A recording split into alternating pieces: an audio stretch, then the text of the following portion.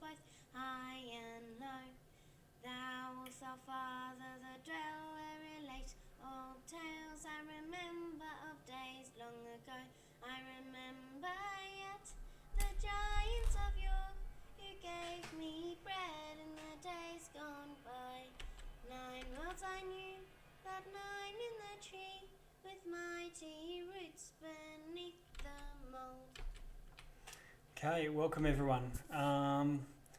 We're unfortunately lacking our resident halfling who was sorely missed, I think, last time he was off just because of this uncanny reroll runs palaver. When there's anything like that, it's a good sign for candidates for OP claims. You know, if everyone's lamenting something being missing. When you're missing a class, it's one thing, but when it's a particular aspect of a particular class, sets off alarm bells. But so you don't have a rogue unless with Riddle we must have a sort of stealthy bits. Everyone else. I've got a few tricks. You do, and everyone is. Everyone I else, operate in heavy stealth. That's right. Everyone else has got pretty much heavy armour on. Okay. Yeah, what else is going on? Also, Core. So Core, we don't have our resident barbarian today. So I'll move them off screen and I'll just down a little bit, so away from the main group, just so that we can. We'll have to simulate that they are with you, but off camera.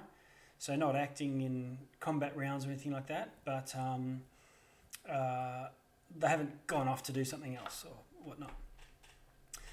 So if I were to, firstly, how is everyone? It's been 2 weeks. Yeah, keeping well. Yeah.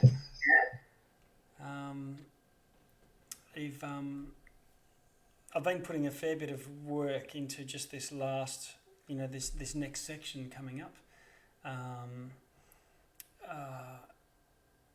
Starting to get very complex, like this huge maze that you're getting around in.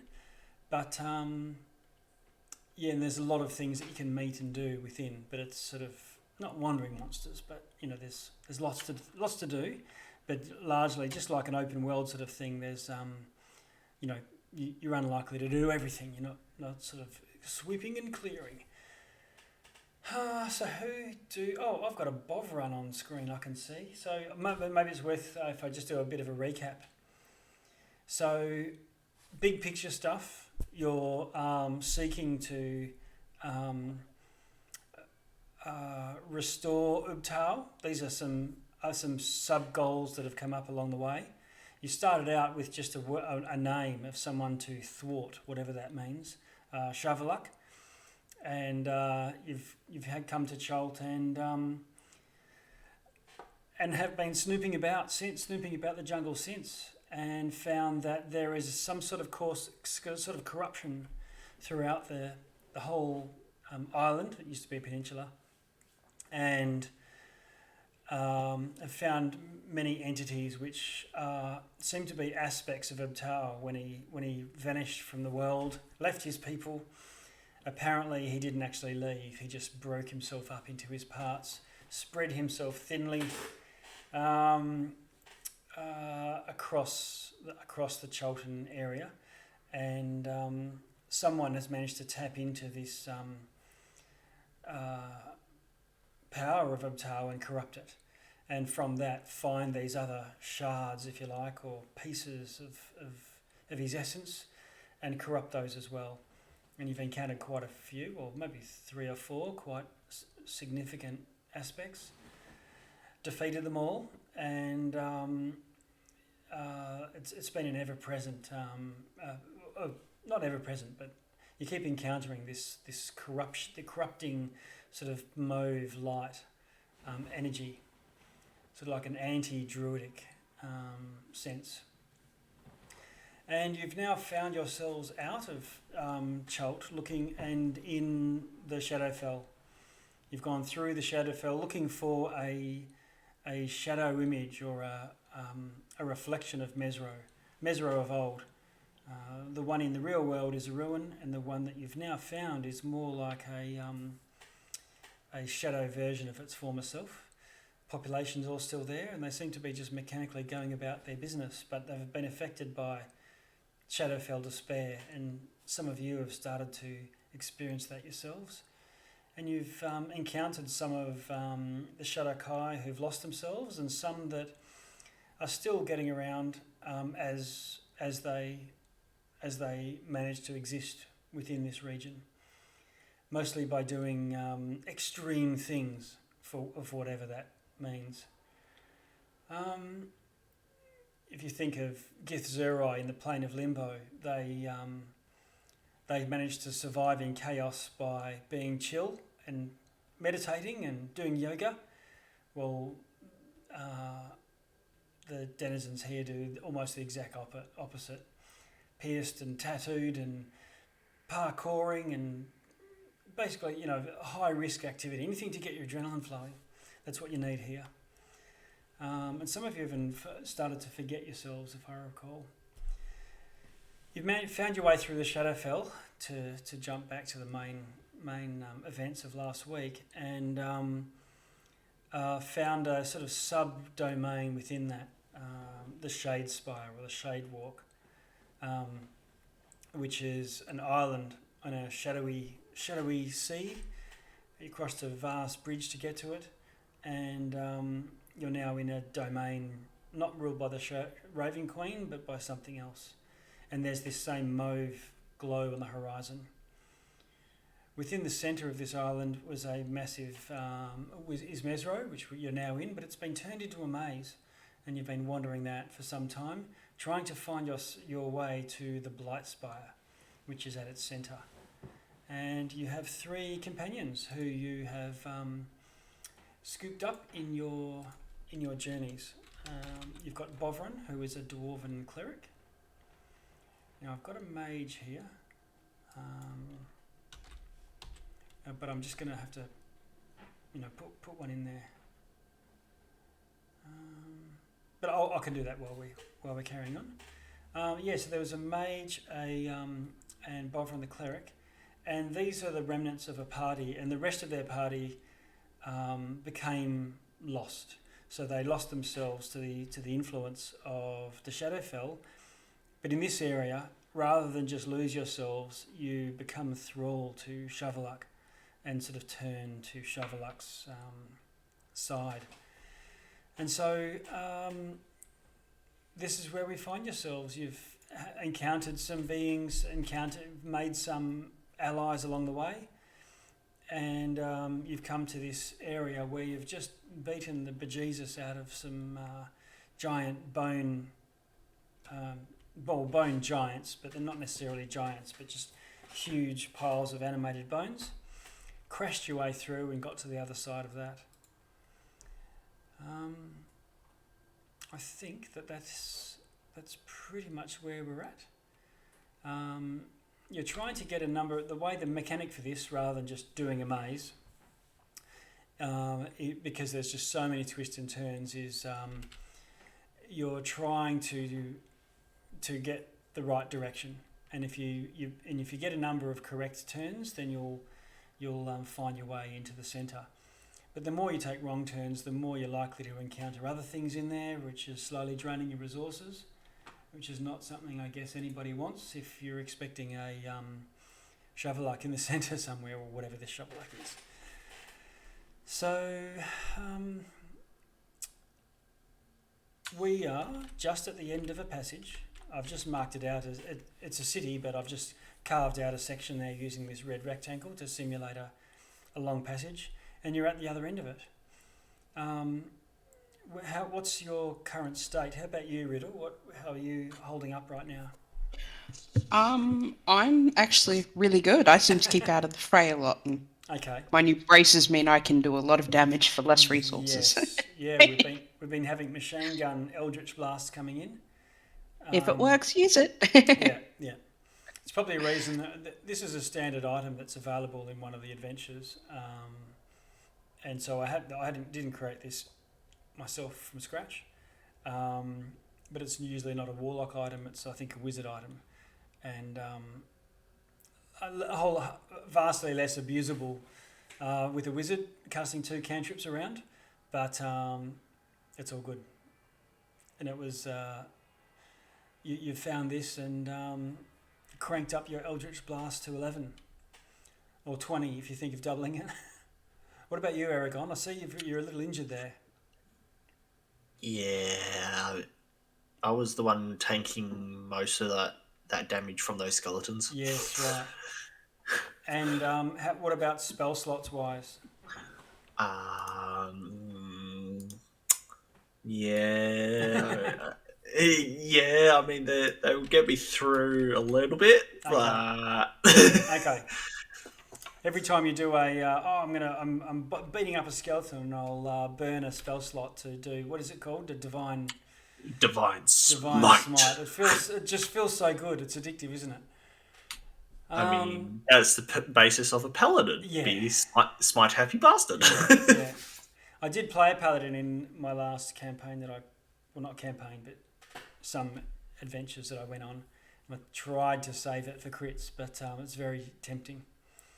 You can blow them all in a round when you've got multi-attack. How about you, Ash? I have a fair number of spells available still. Yeah. Sort of like the big guns are left over. The middle range spells are a bit depleted. Yeah. Okay. And I see both you and Aragon don't have your temporary hit points anymore, but Riddle's still tip-top. Jackus looks on full. I could heal you, Aragon, for an action. What was that? I could heal you as an action if you'd like. Yes, please. That would be helpful.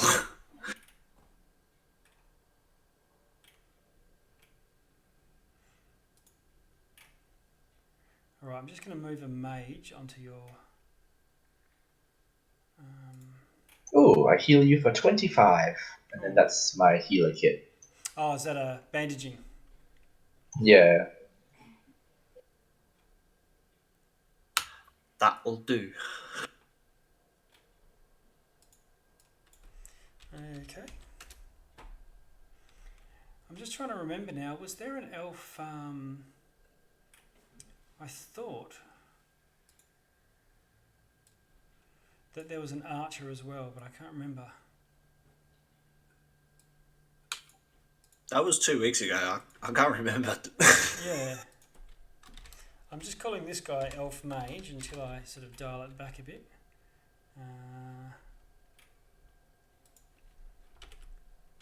I'll do it now. I think it's worth. Okay.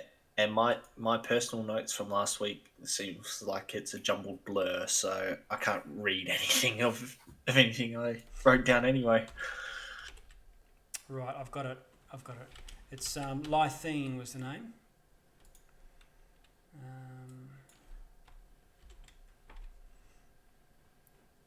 So I'll change that. So we're on first name basis now. You've just battled together. And Lythene, Boverin, Giant Beard, a dwarf, gladiator. Here with and a dwarf priest. So we're talking about 2 dwarves.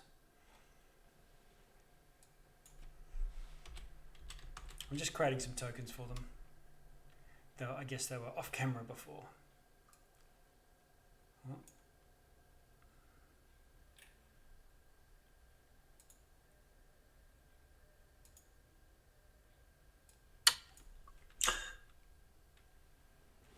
Coming up. I guess the next question is who's going to lead our party? Yes.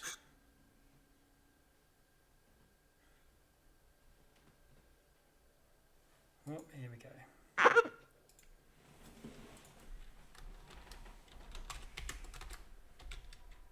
Gladiator. As in, lead the party is one thing. You mean walking at the front of the trap finder? Yeah, doing Sharpie's job, Yeah, right. essentially. Yeah. Okay. 1, 2, 3, 4.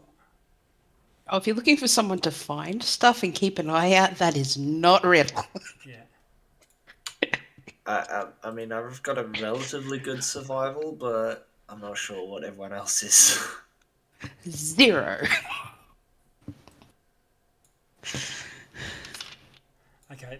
Now. My survival is +5, if that helps. Oh.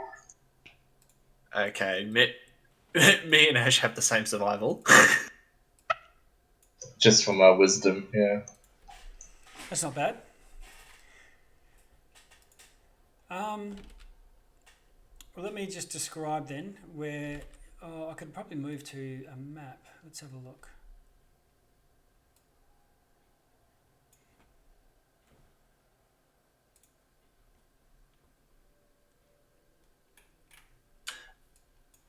Are you proficient in survival, Ash, or No.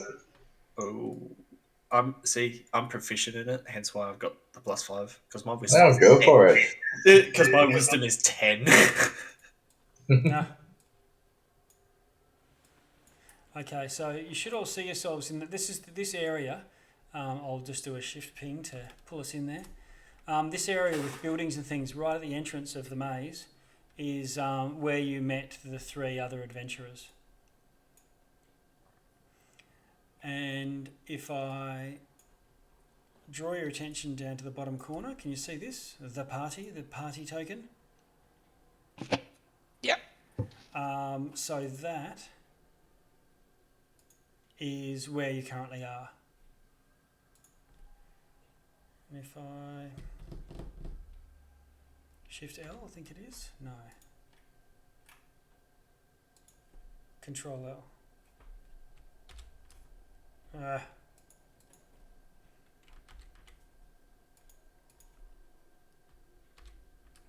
Anyway, do you see all of the maze or just the portions that you've explored so far? I see the part where we're in over here, and where the party token is. Okay, all right. So as I move that around, that should be exposing some of this maze.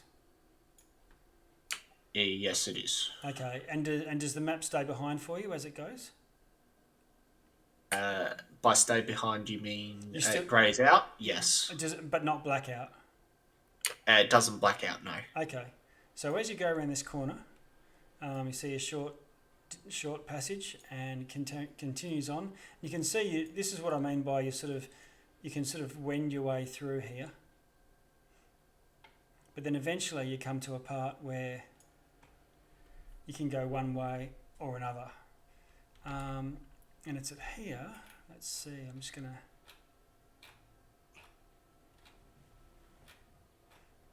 Who is at the front, by the way? That would be me. Okay. So it might be good if I'm going to shift you back just to the other one area, and I'll get you to arrange yourselves in a marching order.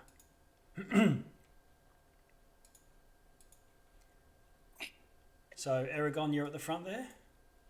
Yep. Yep.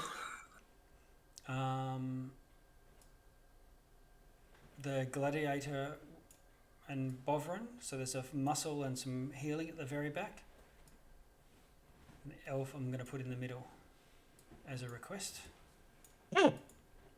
But then there's, I'll swap, Bovrin will come up the front with you if you're okay with that, and I'll put Jackals down the back just because he's not here right now.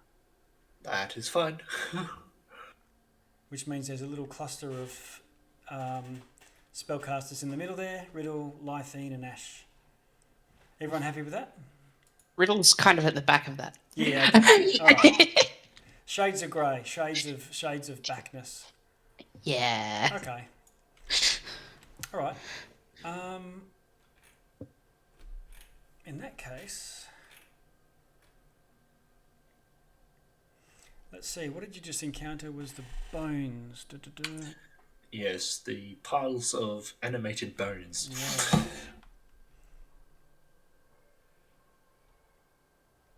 Oh, there we go. Okay. So, I'm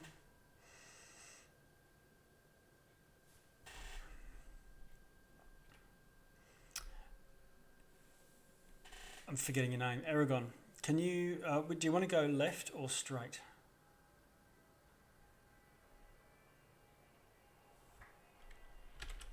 I'll move you so you can see on the map here.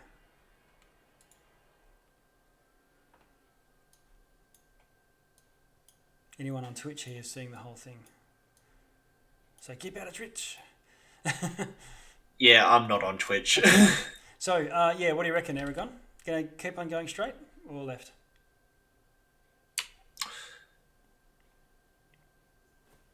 I'm going to go straight ahead. Okay. And then can you roll a d6 for me?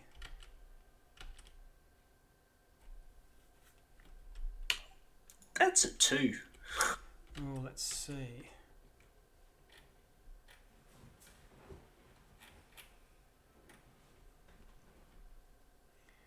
Okay. And can you roll percentile dice for me?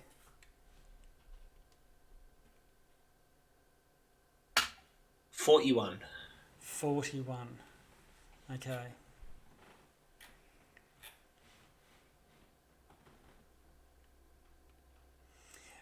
You come to a hall, another 20-foot wide hall, and this one is a little odd because while a lot of the plant life in this area, there has been some in the throughout the Shadowfell. You're in like a shadow jungle, but you know then they're far from lush.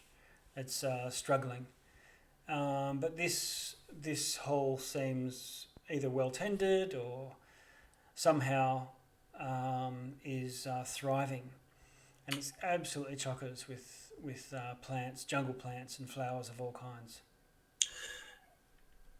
Well, I'm going to drop a divine sense on this area Okay.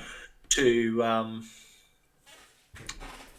basically detect if there's any Yep.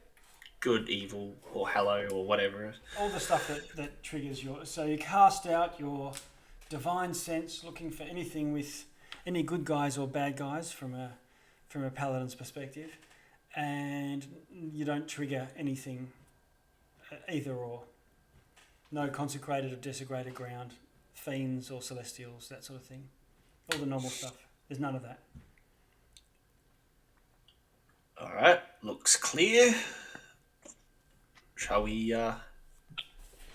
march on?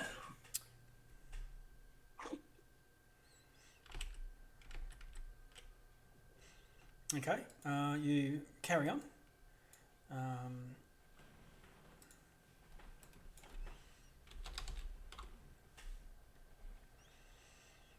And let's have a look. I'll just bring up that screen on us. Move you all back a little bit. And some of the vines sort of rise up as you approach, not right under you. Let's see here. I'll put a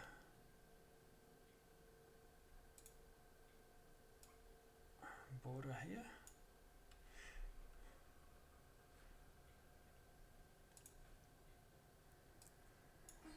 And the vegetation rises up into a huge, an enormous humanoid shape. Legs are pretty much fused.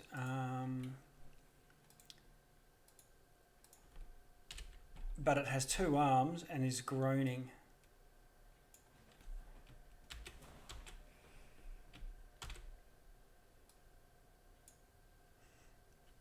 And you and Bovrin are a little bit ahead, and another one rises up as well. Jakos, I see you're with us. There you go. Yep. What's the guy? Yeah.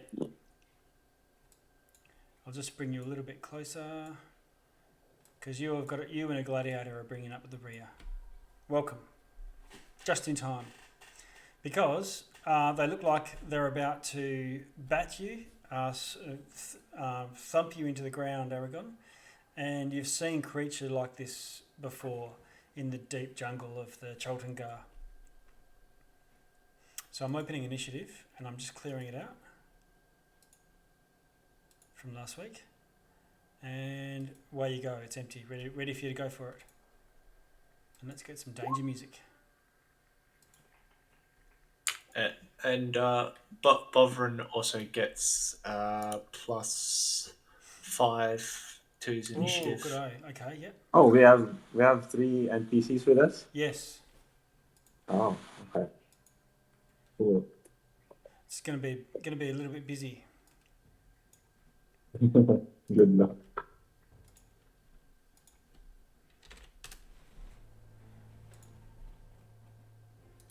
Okay, and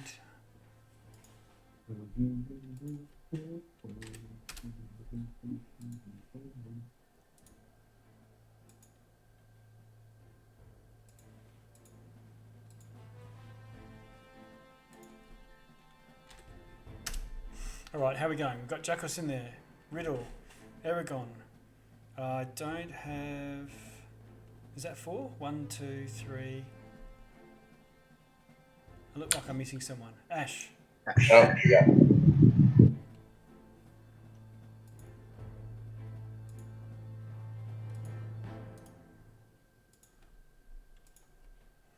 Oh, this PowerPoint presentation. How'd you go, Ash? Are you on there yet? Not quite. Ooh, almost. I think we're looking at a crit. Yes. Oh, wow.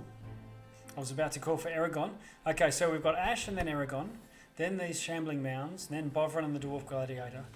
Bovrin is a cleric, by the way. Lythine and then Jakos and Riddle on 6. Okay, so Ash Louise, you're right up the back there. They're 5 feet away from you is a Shambling Mound. What do you want to do? Are we in darkness or dim light? Dim light.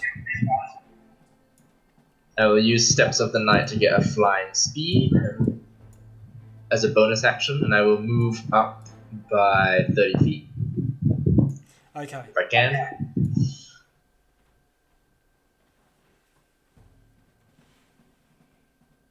And is that you done?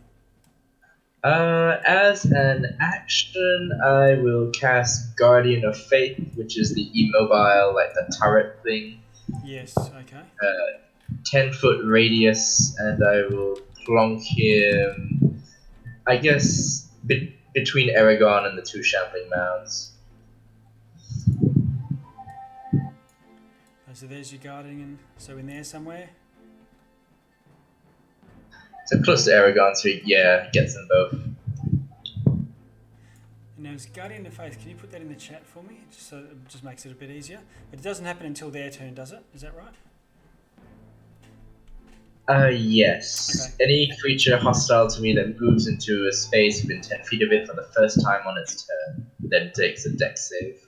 Moves into its space, is that right? Yeah, and it has a 10-foot threat radius. Okay. Whereas a large spectral guardian appears and hovers in the duration in an unoccupied space. So it'll have to go out here. That's what I was checking up, whether it has to have its own space. So then, but it has a 10-foot aura, right? Yes. Okay, so I'm going to give it an aura so we can see. This celestial thing, what's it? There we go. Oh, an aura. So both of the mounds are in it and Aragon is not. Right, so the Guardian goes off. You are flying up in the sky. You can get about 20 feet before you get to the ceiling. You can be right at the ceiling if you choose. And Aragon, over to you. You're right there. I'm going to hack and slash on this one here. Okay. On the bottom one. One that's directly at you. Yep, go for it. Roll to hit.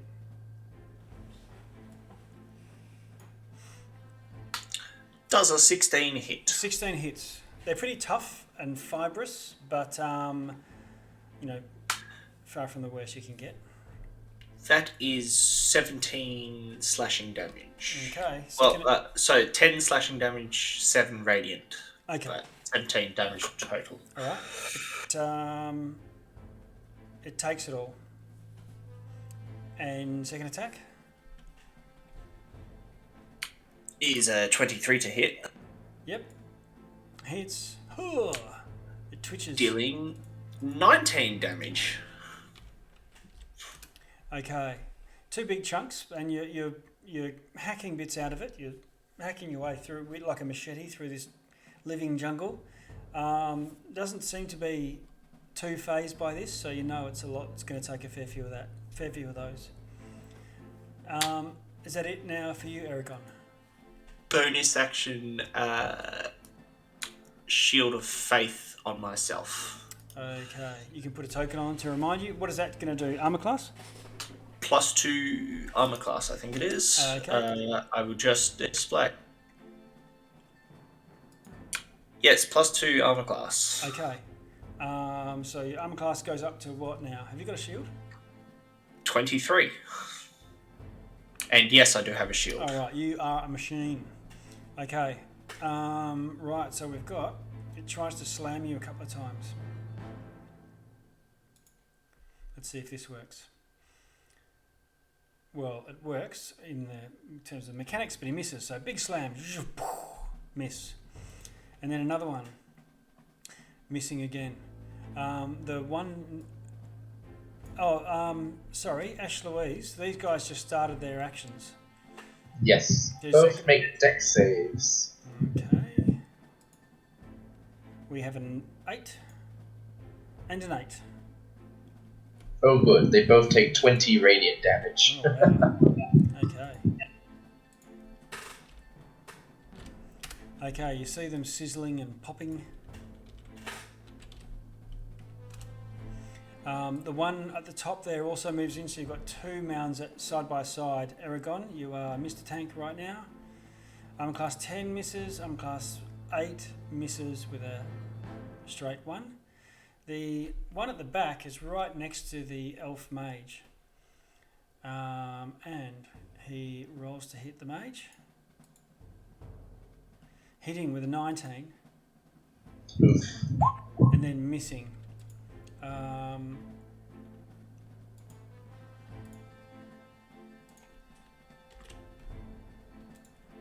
just going to put a health bar there for you so you can see. And it's quite a big hit for him, or he's not really built to take it.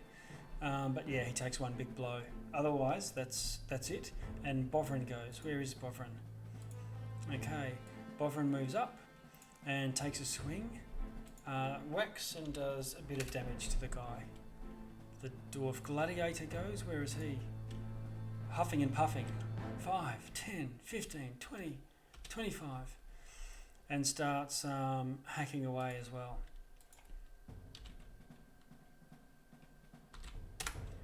And the dwarf gladiator is using 2 axes, a battle axe in one hand and a hand axe in the other, going in a chopping frenzy. Perfect for these dudes. And Lythine engaged with the thing that could probably kill her, disengages and moves back. Jacos, what do you want to do? Alright, I'm gonna move forward up here. And I will cast Hunter's Mark on the one in front of me. Okay. That's my bonus action. And I will swing with the Mace of Smiting twice. Okay. 13 and a 21. The 13 misses, but the 21 hits. That's 19 damage total. Okay, big crunch, and you hear branches breaking and popping. Anything else? No, that's it. Okay, Riddle. I'm going to roll up my non-existent sleeves and throw Eldritch Blasts at the one right in front of me. Okay. Brrr. Where you go? 6 hits, is it? Are you going to do your... Oh, do 3 first and see what happens. I'll do the 3 and see what happens. Yeah. 1. 27 hits. 1 misses. Natural 20. Oh. Double damage, double dice. Which means, I think, 6d10 for you. Anyway. What do we got? If you click on Eldritch Blast, do you know that that rolls the damage for you automatically? Yep. Yeah, okay. So we got 6 force for the first one.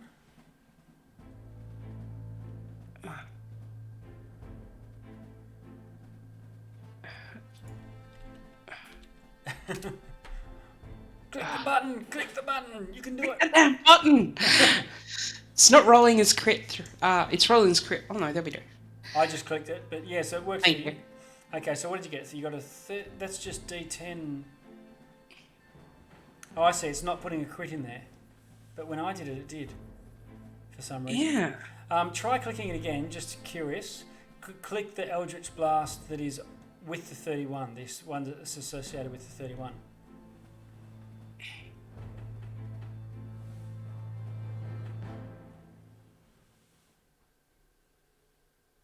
Do you know what I mean? Yep. Okay, so that's There we done. go. Now Okay. it's doing it. So you've got 17 damage, and I've already done the 6 force for the other one. So boom, boom, 2 of them hit, one of them glance off. He's now badly wounded. If he's still upright, I'll do another Oh, 3. Yeah, he could still take. You reckon you could probably do this for another 2 or 3 rounds? So the next 3 13 misses. as my 13 bonus misses. action. 30 hits. Okay, 1 hit.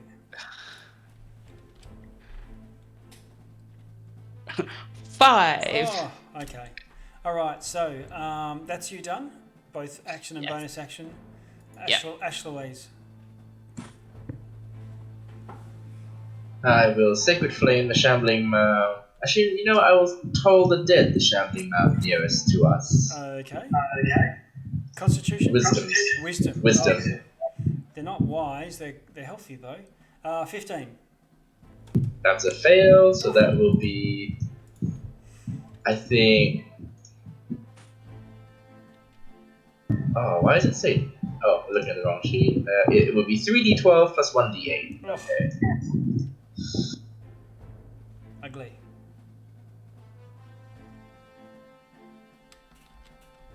So 17 necrotic and 8 radiant. Okay, takes the full amount.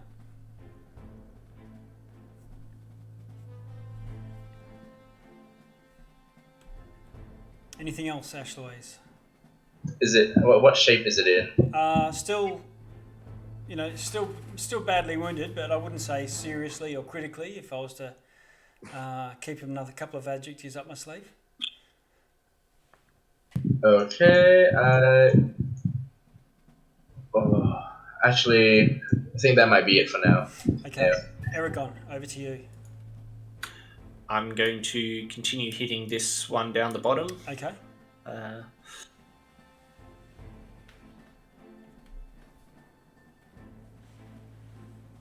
22 hits. 16 damage. Okay. All right. It's also seriously injured. And that's a natural 1. Oh, there's 2 of those now from the party, just in this one combat. 2 rounds so far, 2 ones. Okay, is that you? Any other bonus action? Nope. I'm basically keeping concentration on my spell that I've done. So, yeah, that's all good. Okay. One attacks Bovrin. I'm class 16, and I'm class 22.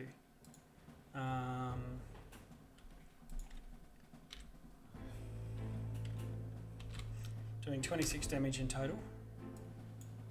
Yep, that's working.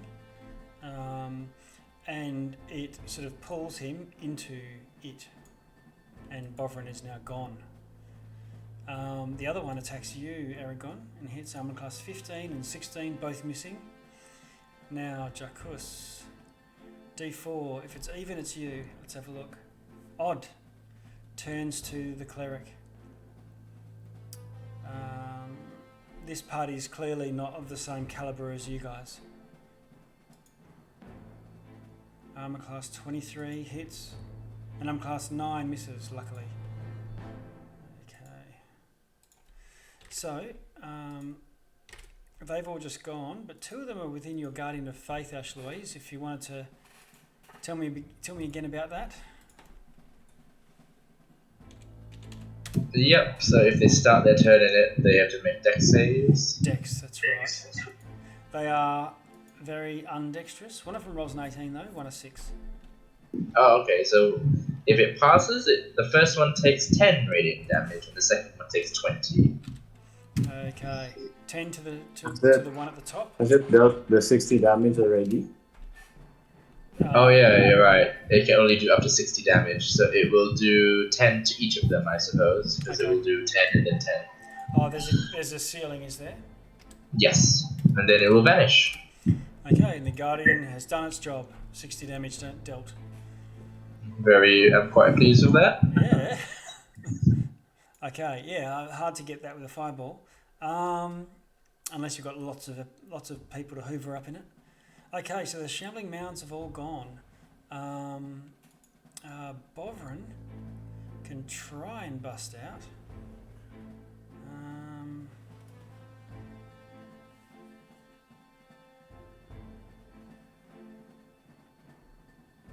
Oh, jeez. Okay, you can see a little bit of movement in the vegetation inside, but otherwise nothing. The dwarf attacks this thing and hits with a warhammer, doing a little bit more damage. And Lythene sort of gestures, and all these magic missiles go and sail into the thing. Who did the Shambling Mountain engulf? Or have they come out? No, there's a guy inside the one at the very front next to Aragon. The one that Aragon is beating up has got someone inside it. That means it's up to you, Jackus. Right, I'm gonna take my first swing with Smite. Okay. Smiter. I'm gonna do a trip attack. Okay. 20. 20 hits. That's 21 damage, DC 18 spell save. Strength saving throw. Fails and falls prone. Alright, so next take my second attack. Sweep the leg. Another 21 damage. Okay, that destroys it. It falls into a heap of vegetation. I'm gonna go 25 feet here and attack this one holding Bobrin. Okay. Oh, crit. I'm gonna do Oh. a smite. Okay. Well, just a level 1. Yep. Level 1 smite goes off. This is with your mace of smiting again. Yeah. So it's 26, 32, 40 damage. Whoa. Okay, massive big chunks. It's just like, looks like someone's raked it out thinly, spread the Vegemite over toast, and it's just hanging together by some magical threads. You can see. Sorry, that should be less 3. Less 7, that's 33, because Hunter's Mark isn't on this next picture. Fair enough. Okay, it's still on its last legs, just even with that added back in. That's Jacko's riddle. Aiming at the one that's on its last legs, I'll throw my first 3 Eldritch Blasts. Okay. I'm simulating hitting noises for you. Oh, we got a 23, 22, 22. All right, you've got your eye in.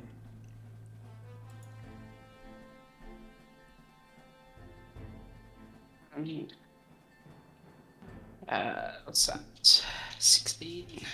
27. All right, 27. Boom, boom, boom. The thing goes bash, bash, bash, bash. And finally, it falls in a heap, and Bovrin's head sort of pokes up, gasping for air. He had been completely being asphyxiated at the same time.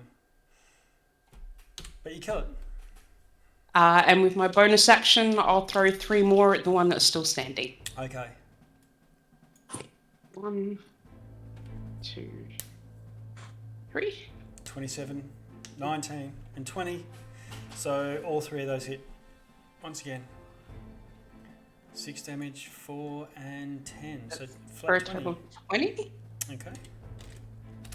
Alright. This one's still,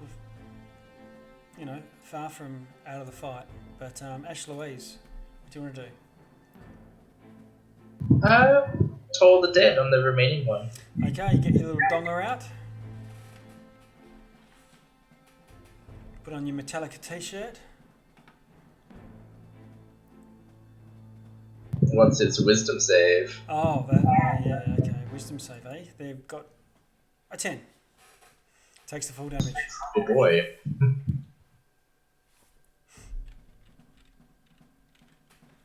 Oh, that was the wrong dice. Good. 12. Hey! Even better. 36 damage. Oh my god. Okay, so you've just done a huge chunk to it. For whom the bell tolls for thee. And Aragon, it's up to you. Unless you want to do any movement, Ash, you can move around. No, I'm good. Okay. I'm going to hack and slash on this one. Okay. Roll to hit.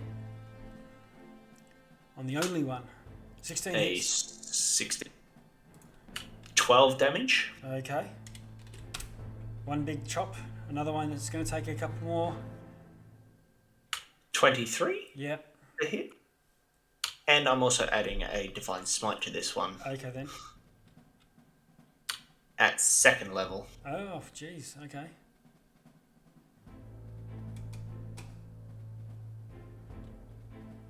How'd you go? For a total of 27 damage. Okay. It doesn't drop it, but now it's critically injured. Last legs. Is that you done? That is me. Okay. It has 2 strikes in defiance at you, rolling a natural 1, but then a 24. Oh, that one hits. Okay. Doing 19 bludgeoning damage. Oof.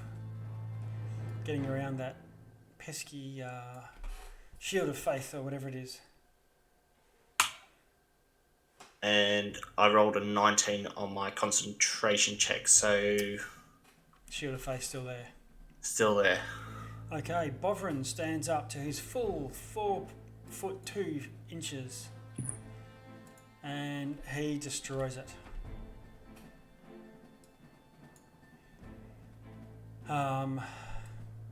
With the 2 dwarves pounding it. And we move, and with that, there's no more twitching groves. The dangerous music by Kevin MacLeod fades out. And you find yourself in a corridor, or now at the end of a corridor, with choices ahead of you. Is there anything you want to do now following the fight?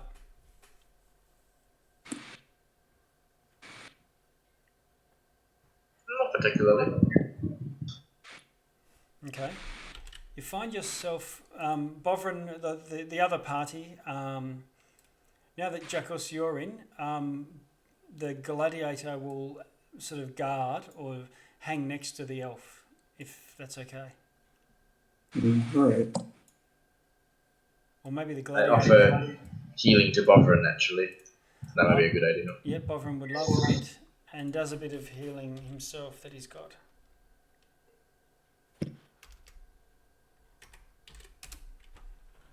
But he still could take a fair bit.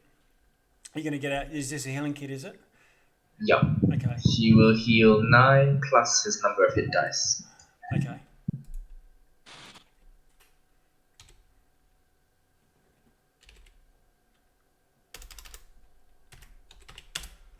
All right, and he's thank you, he says in his best dwarven Gimli accent. I'm going to clear the turn order so that there's no debris for next time. And I'm just going to shift us back to the maze.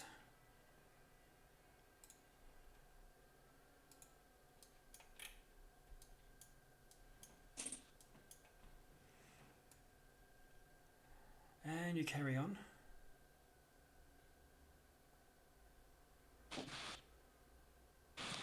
I don't know if you can see this.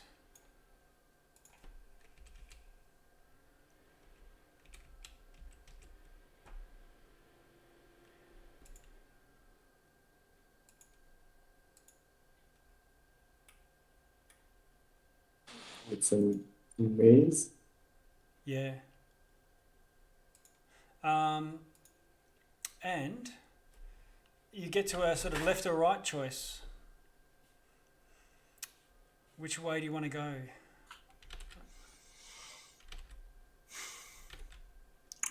I'm feeling right. Okay.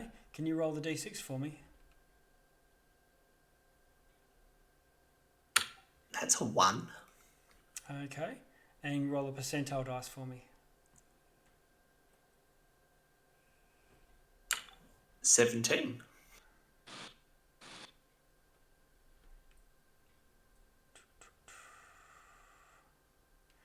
Okay.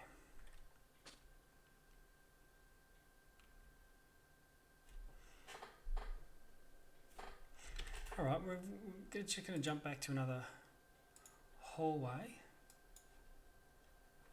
Let's have a look.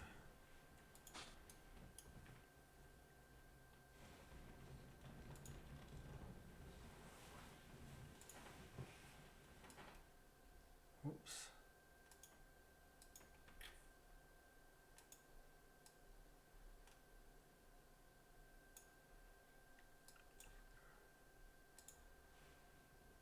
And you're going through what it looks to be, 60-foot, 60-foot passage.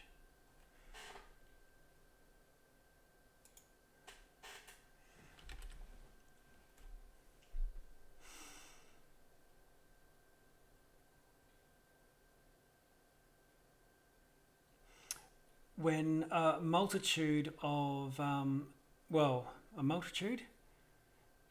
Let's see, what are your... Ash Louise and Aragon, both of you. You see something out of the corner of your eye move on the side of the wall.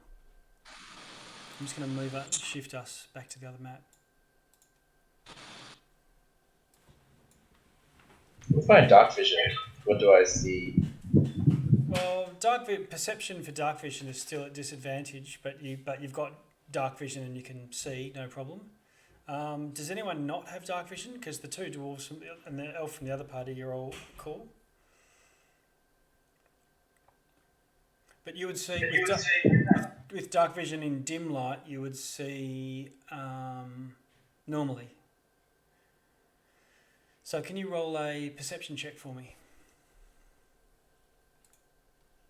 Aragon. Aragon, you do the same.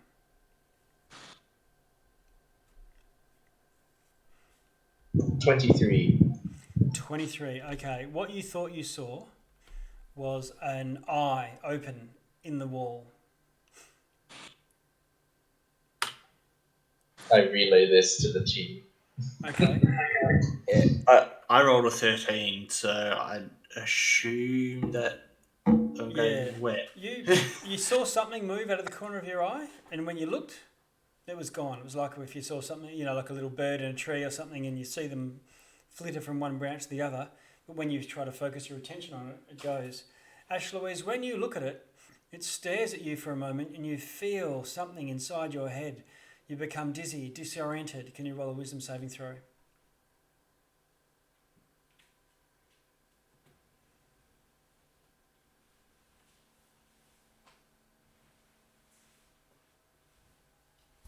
How'd you go? With a 19, it'd be 29. Okay. All right. So you managed to throw off the effects, but you definitely felt sort of mentally assaulted somehow when the eye opened and closed. Something's attacking me. Something's watching us and attacking us.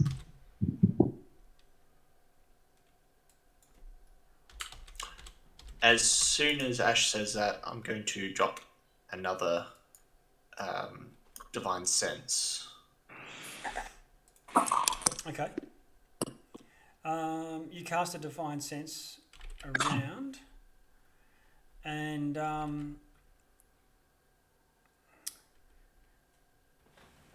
nothing kicks off at you. What's the range of it, by the way? Just so 60 feet. Yeah. Okay. 1, 2, 3, 4, 5, 6. Okay, you're looking at everyone sort of pause for a moment. It's like, you're walking through the jungle and the person at the front holds up their hand and you do your scanner check, your scan your senses all around, and you're looking at the back of the party. And I think I'm going to just jump to the Cone of Silence. Where are you? Aragon.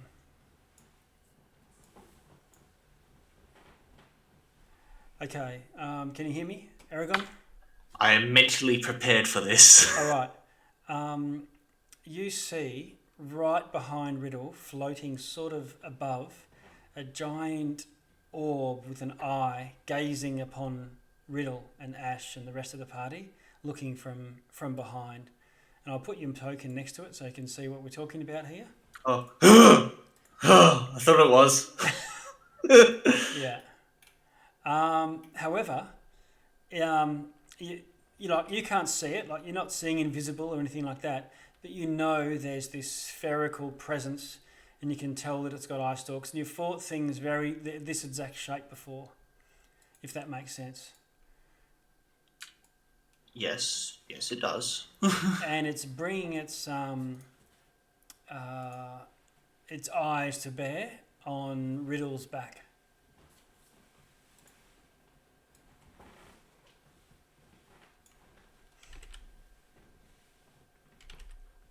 If that makes... Okay, so I'm going to move us back now.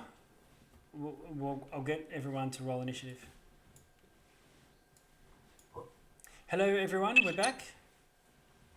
Hey. For the purposes of this, I need to have initiative. Oof.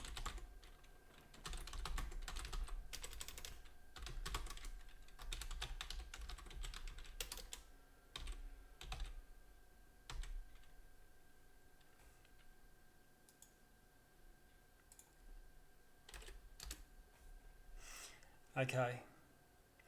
And I'm just going to add in...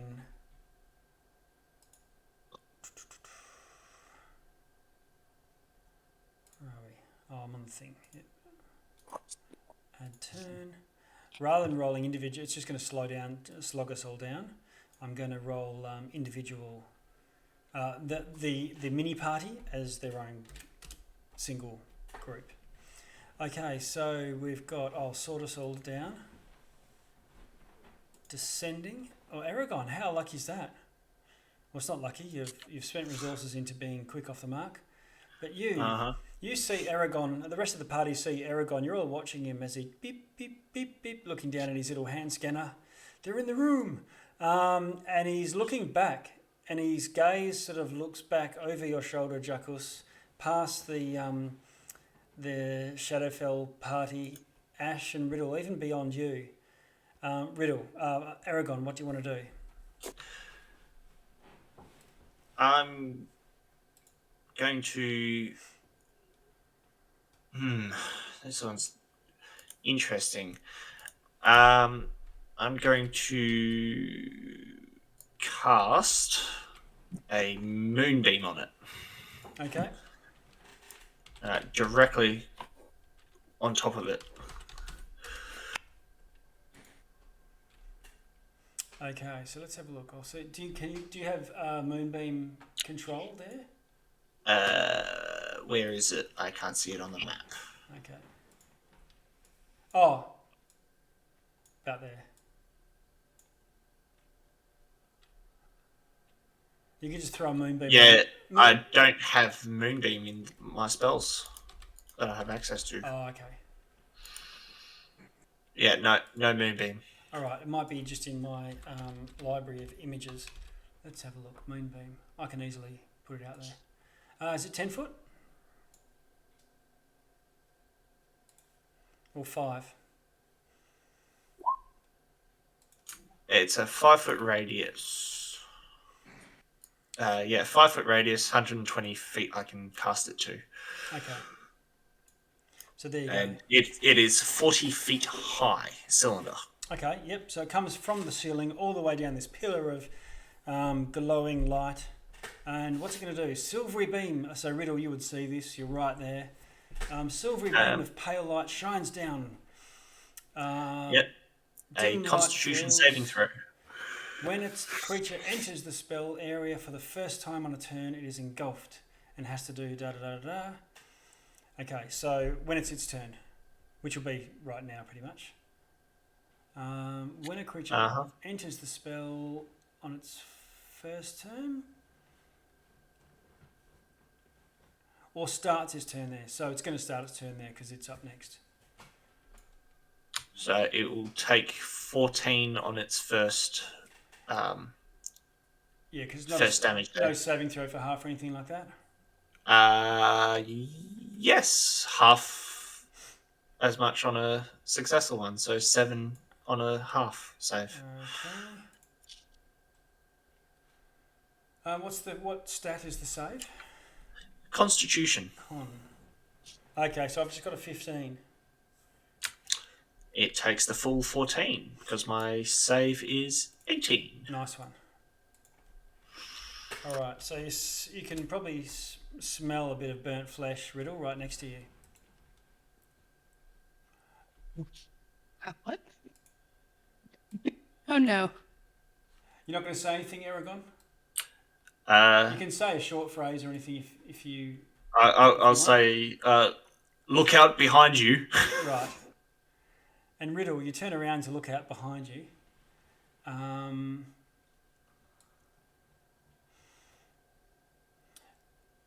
And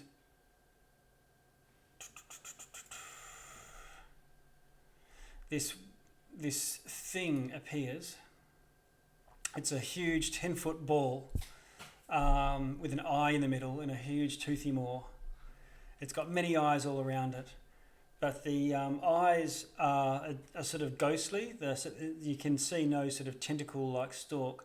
There's just this glowing eye, so 10 little glowing eyes floating around it. I'm just going to show you it in the chat, the picture.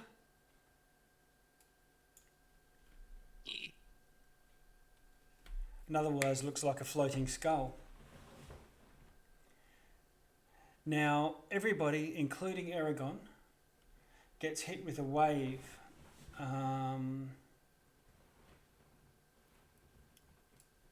It feels like a wave of negative energy of some sort. And on top of that, some of these eyes come to bear. Let's see.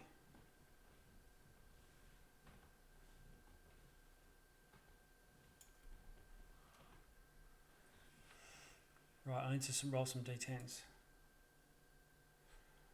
4.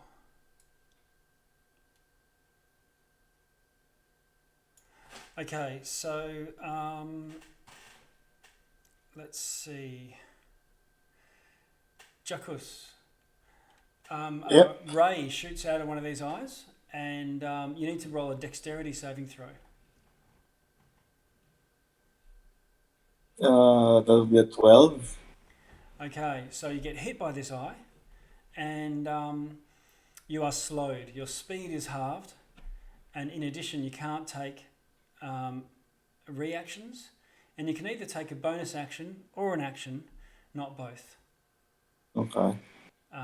you can repeat the save at the end of each of your turns. If you want to put a token on yourself, that will be good. Sure.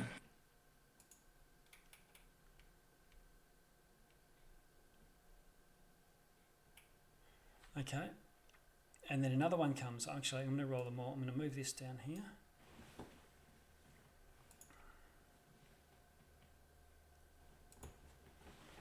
Okay.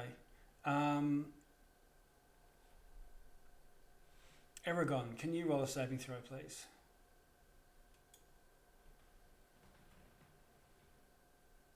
Saving throw versus wisdom, sorry. It's a different one.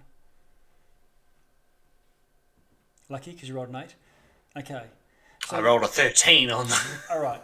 So you are hit by this thing, and Jackus, you might notice you're a bit slow, but nice snail token, by the way. You might notice that Aragon is gazing upon this creature with a loving and caring look. All right. Aragon, you are charmed by it and can't attack the charmer with harmful abilities or magical effects. And let's see. Another ray comes shooting out at the dwarf gladiator. Oh, it fails. And his legs turn to stone and just join in with the floor.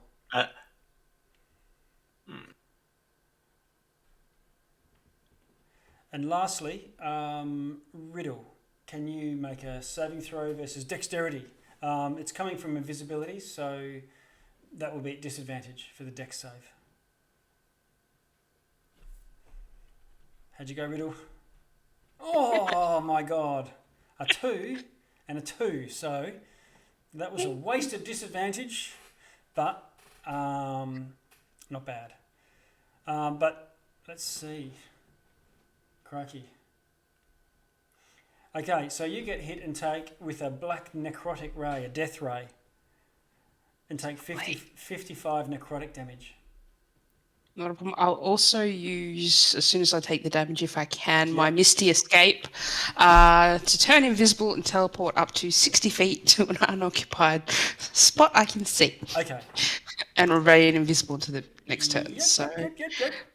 Tail between your legs.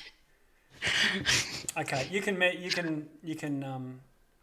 shoot that one out. No worries. Yep. Okay.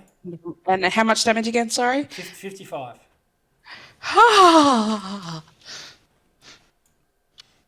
And what else have we got? That was Ash Louise. What do you want to do?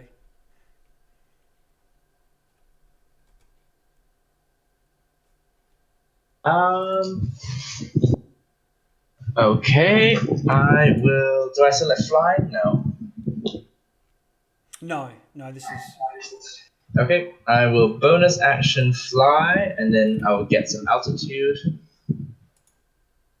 Okay. I'll put the fly symbol on myself. You can get up to 20 feet up in the air. And 10 feet back as well. Okay.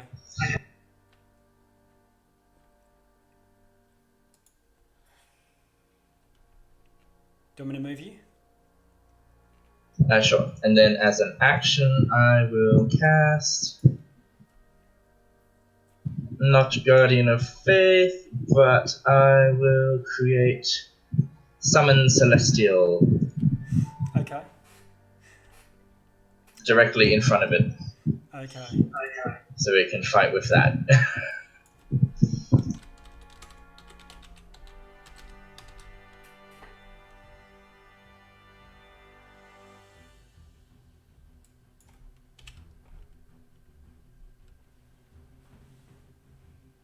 All right. Large, I believe. Is that right? Yes. All right. This angel appears. And it's rocking. Joel, just before that, I just wanted to make sure, because I had forgotten about the moonbeam that this thing was in. Can it move out of it, Aragon?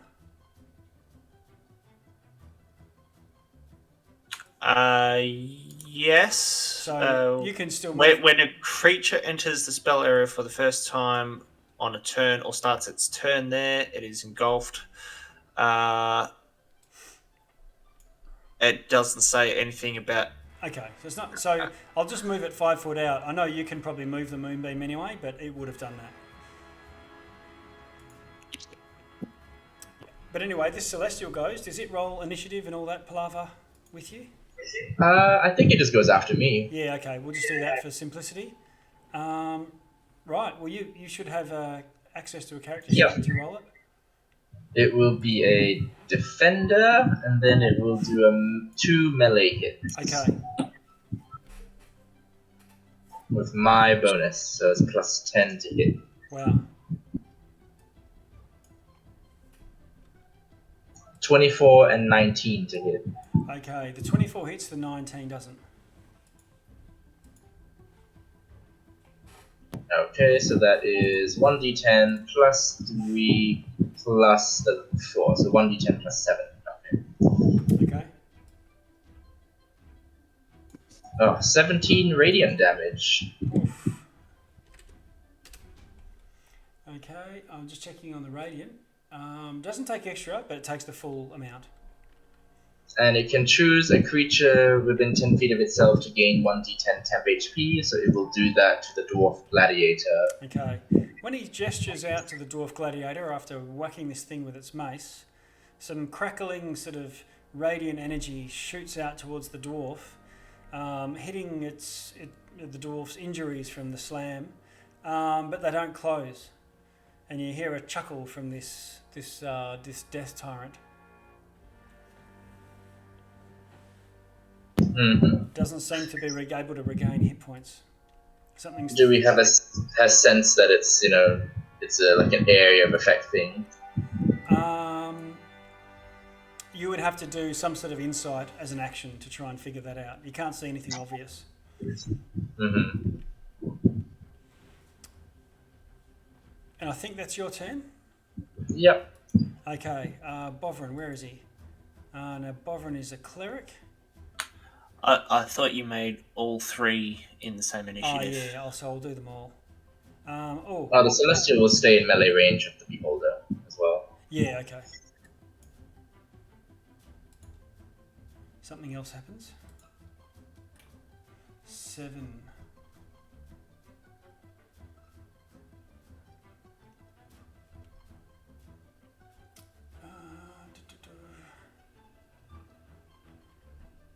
Okay, a ray shoots out from this thing and hits the elf mage, and he drops to the ground.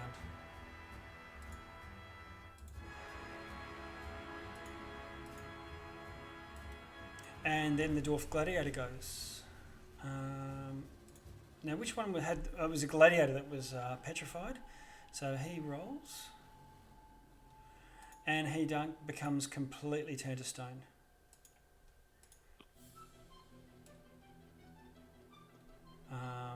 1, 2. Bovrin comes up, and a radiant hammer appears.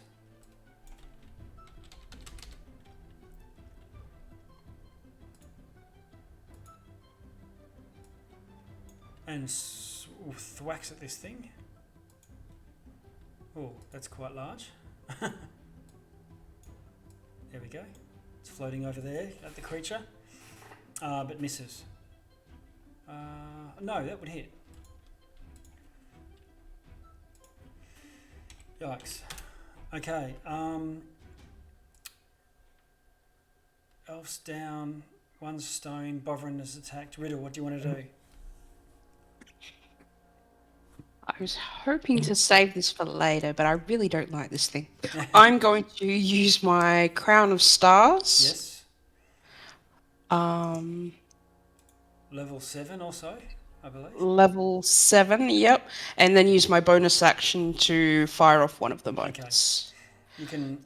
So, how many motes? hey! Oh my god! How many motes have you got? 7. Well, 6 now. Okay. So on the red dot, I've typed a 6 while hovering over the red, so you can keep track of your motes. Yep.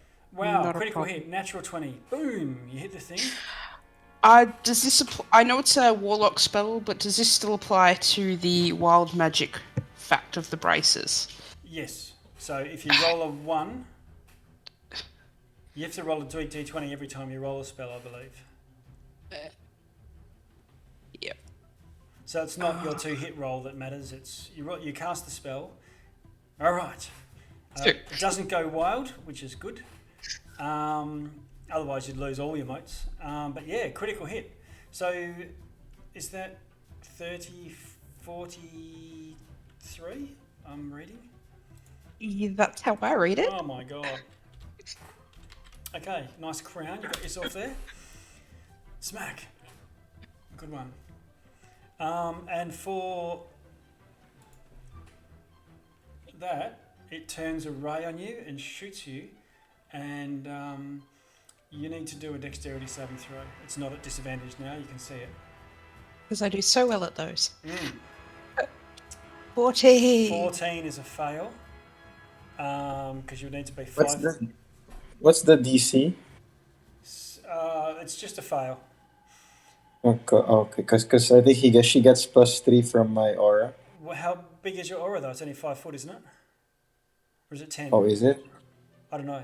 Oh. Paladin aura is a 10 foot. Okay. Yeah. Yes. So what does that make it with the Paladin aura bonus? 17. 17? Yeah. Okay. In that case, you dodge to one side and it misses you. Yes. Thank you. Where the ray hits the stone of the side, it disintegrates a 5 foot section of stone. Oh, happy days. Oh, it's close. Okay, Jackus, you rolled a 1 for initiative, but it's your turn. But you are slow and no action or bonus action. I'm gonna move 15 feet here, and since I can only take a bonus action or one action, I'm gonna spend my bonus action to transfer my Hunter's Mark and concentrate on the Beholder. Okay. All right, Hunter's Mark is now... I'm just going to put the target on him. All right, he's now marked for death. And we are back. That's it. But to the top of the round, Aragon. Your pal's being attacked, Aragon. What are you going to do? I mean, I'm looking at the thing and I go, neat. Because I'm charmed. Yep. So you won't attack it, but your friends are injured as well. You could try to assist them too, just like if 2 of your friends were fighting each other. What I'll do, I'll walk over to Riddle. Yep. And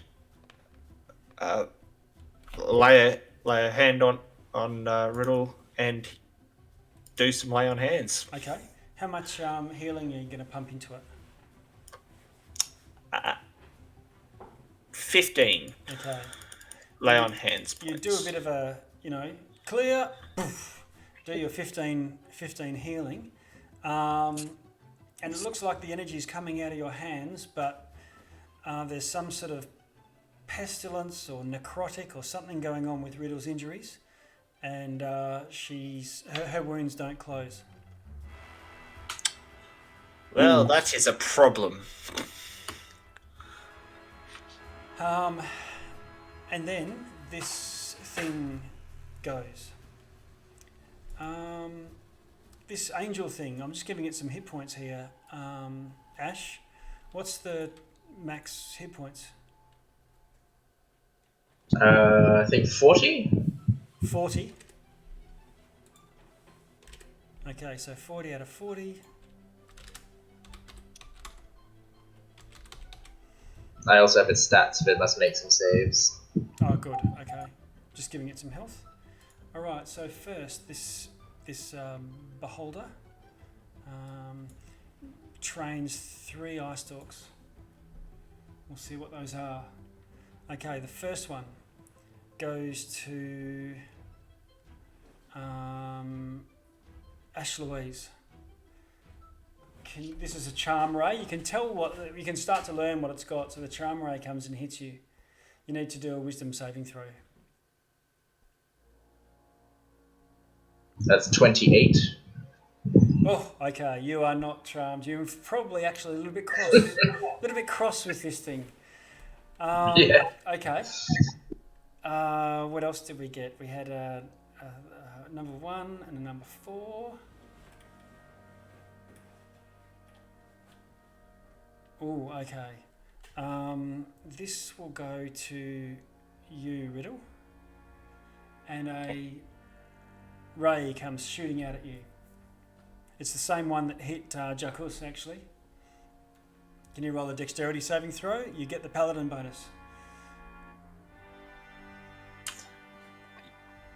20. 20. All right. Without Without the paladin.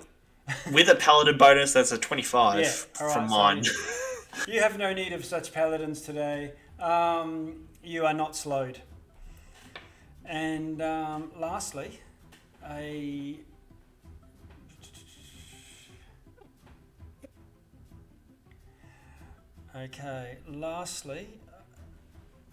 Bovran. A ray comes shooting out at Bovran, one that you haven't seen before. Bovran needs to do a saving throw, which he fails, and he lifts up in the air, arms flailing and wailing around. He flips upside down, and then he spins around looking the wrong way.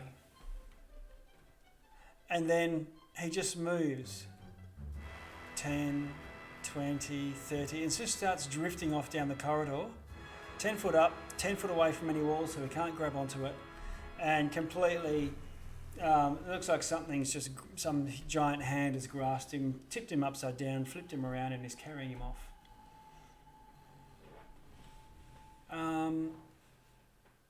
Ash Louise, what do you want to do?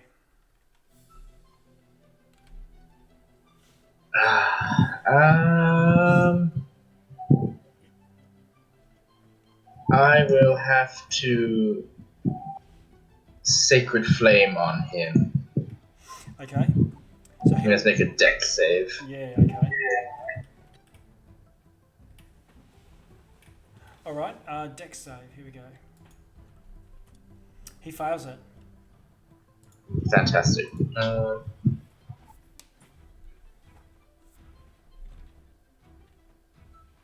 16 radiant damage. Okay, he takes the full amount, but isn't particularly susceptible to it either. But he takes the full damage. So that was your action? Bonus action, I will also spiritual weapon next to him and make a slash at him. Okay, another. All right, you're forming a phalanx of spiritual weapons here. Roll to hit. Ooh, 18. 18 to hit. Okay, 18 misses. I will move back to be between Jacuz and Aragon. Okay, now, all right, and go and do your movement. And simultaneous with this, Jacuz, the effect that you're under, because you did one slow move and I forget what it was. Oh, you shifted your hunter's mark. At the end of your turn, you can roll a save versus the slow effect. Oh, all right. It won't have any That's bearing. late. It won't have any bearing on the turn that we've just done. But Oh, okay. okay, So not slow. So you throw off the slow effect. Nice. Heading back, Jess. Okay. All right. Ash Louise, and as it does, this thing comes and brings another eye to bear. Eye number 9. That would be funny if that was a slow. No, it's not. Okay. This hits you, Jacuz. Can you roll a dexterity saving throw? Damn it, 15. Okay. 12 again. That fails. Yep. Whoops. And you take... Oh, you know this one. It's the same one that disintegrated the stone.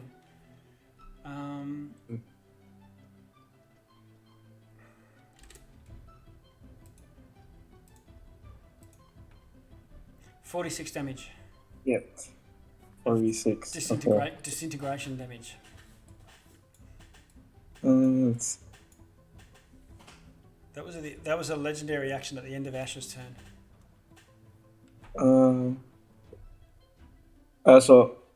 I would concentration on Hunter's Mark would drop, right? Yes. Right. And Bovrin, where are you, Bovrin? Telekinesis.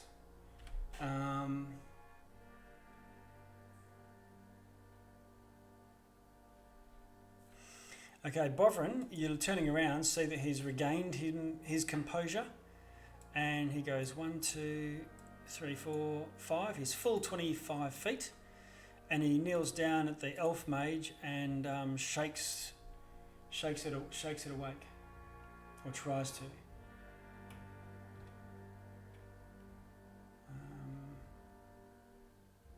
Yeah, it takes an action, so that the elf does wake up and stands up as well.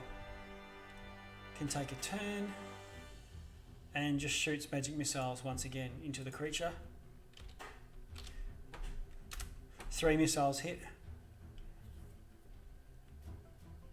And I think that's it. Riddle, your turn. Oh no, hang on, another eye goes. Eye number 4. Oof. Okay, Jacus. A ray comes shooting at you. It's a slow ray. Dexterity saving throw. Yeah. Oh, 17, you pass. Plus 2. 19. Okay. Alright, you pass. Riddle. Oh, sorry, I think I forgot my angel had a turn on my go. Oh yeah, roll your 2 hits. Two ones. Oh my god. So Okay. that angel was null and void. Yeah, the angel is a hit point soak. Yeah. Okay. Beholders are incredibly intelligent, and so unless the angel starts to pose more of a threat than some of you, it's correctly assessing the likely greatest threats. Riddle. Finally, we've come back to you 3 times now. You can actually do it. Okay, well, first I'll start with throwing off 3 Eldritch Blasts. Okay, roll to hit. Doof, doof, doof. How are we doing? 22, 25, 27. All right, you are a surgeon, and all 3 hit. We will. So that's a total of 18 for those 3. Oh, two ones on a D10. Yeah. Okay, that's all right. And for my bonus action, I will throw another one of my motes. Ooh, okay. I'll take that. That's 2 natural 20s now. Okay, happy days. For what's that? 43. Oh my god, you've done about more than 100 damage to this thing, individually. All right. And 1 mote down. So, and that's me done. Okay. Jacus, you're watching this. You know, Alright. I'm havoc. gonna move. 20. I can stay on top of the sacred weapons, right? Yeah, that's fine. Alright. I'm gonna take my first attack. Is it undead? Yes. Alright, I'm gonna first attack with. I'm gonna try to do a trip attack on it. Okay. And then if it hits a divine smite, 18 to hit. 18 hits. Alright, so divine smite level 1. All right, go for it. How much damage? 25. Okay. You do your 25 damage, and the creature screams at you, some sort of primal scream, but almost a look of relief as well comes over its eyes as it dissipates and drifts off into the ethereal plane. Oh. Okay. So if you check your trip attack battle action, just check to see that you can decide to spend that after you hit, or if you have to spend it before. I think I can decide to spend it after. Yeah, but if it's after the hit or after the damage, because otherwise you won't know that you would have killed it. I'm not. That's what After I mean. the hit. That's all right. After the hit. Okay, yeah. Yeah. So it's not. So you would have spent it because you don't know Yep. whether you've damaged it or not, whether Yeah. it's dead or not from that. Okay, and with that, all foes are defeated, and you, Jacus, see a ring, tink, drop to the ground. Take a look. I'll take a look at the ring. Okay. I'll just get the tense music down, crank down a little bit. I'll do a divine sense and see if I can sense any presence on the ring. Okay. You cannot sense any presence on the ring, and Alright. no other undead or things around you either. Alright, looks pretty safe. I'm gonna touch it and take a look at it. Okay. You look at it, and it looks like an ancient piece of Cholton jewelry. Hey Ash, does this look magical to you? Oh, I'll have a look. But in the meantime, my angel can go off to heal our warlock.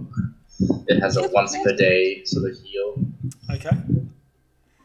for 14 hit points. All right. 2d8 plus 5. Thank you. Naturally, if you need more, I can help.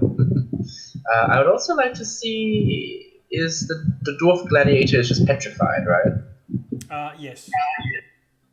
Would either dispel magic or remove curse help? You can roll an arcana for me or a medicine, either your choice, to figure out what's probably needed.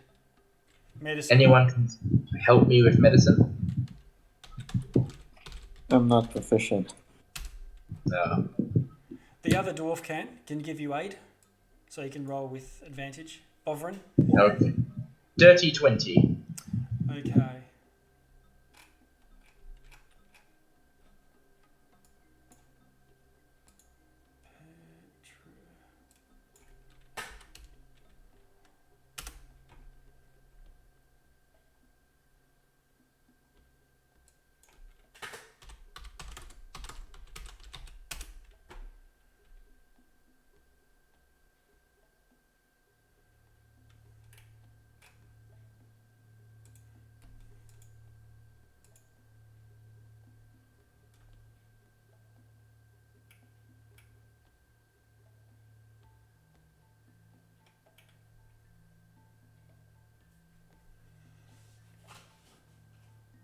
Do I learn anything? Yeah. You figure out.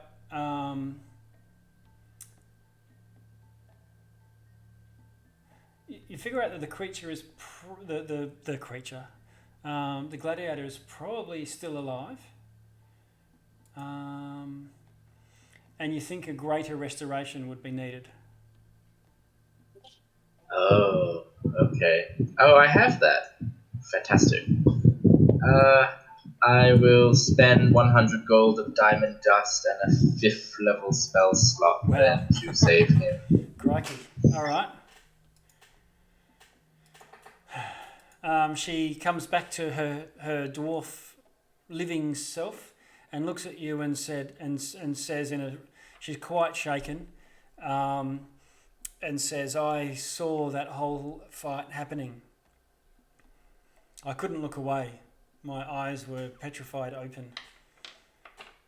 And so No one blames you. What could have happened to any of us? seems quite shaken by it.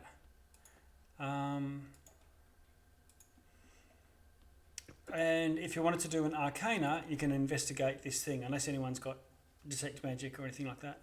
Oh, the elf might. I have a detect magic. Okay. So you detect magic, and it does radiate as a magic ring. Does the elf mage have identify? Let's have a look.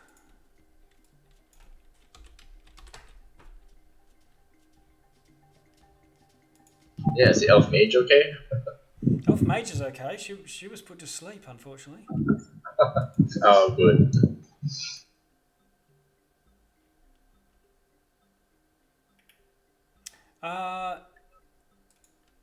Yes, I'm going to say yes. Alright, hey, listen. Okay, if you're willing to spend 10 minutes, I can figure out what this thing does. Yeah, I think we need a rest anyway.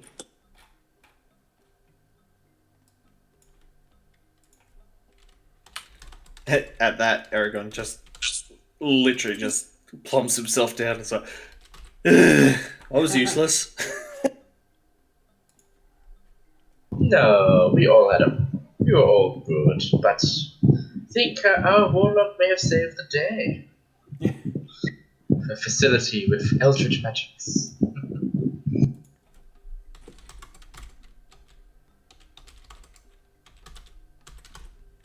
So If are we you are going gonna, yeah, go to ahead. take a short rest? Yeah. Okay. The gladiator will try and do a survival roll and try to make yourselves as concealed as possible to anything that might come wandering past. Has anyone else got survival or want to help out? I have a +5 survival, but not proficient. So, Okay. Aragon, do it. Yeah, I'll do it. I just Okay. So if you do it with advantage because you've got the dwarf gladiator also helping.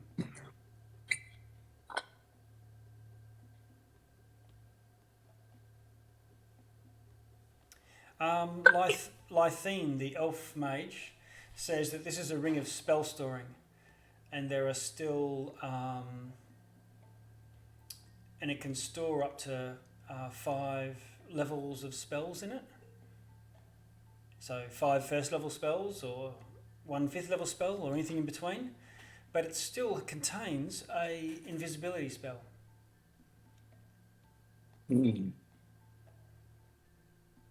Well, would any of the paladins like it? Or, oh, actually, all of us could use it because the Quite. paladins could store smite, and the warlock could have 1 extra 5th level in there, or I could put in, a spare greater restoration or mass heal or something like that. Yeah.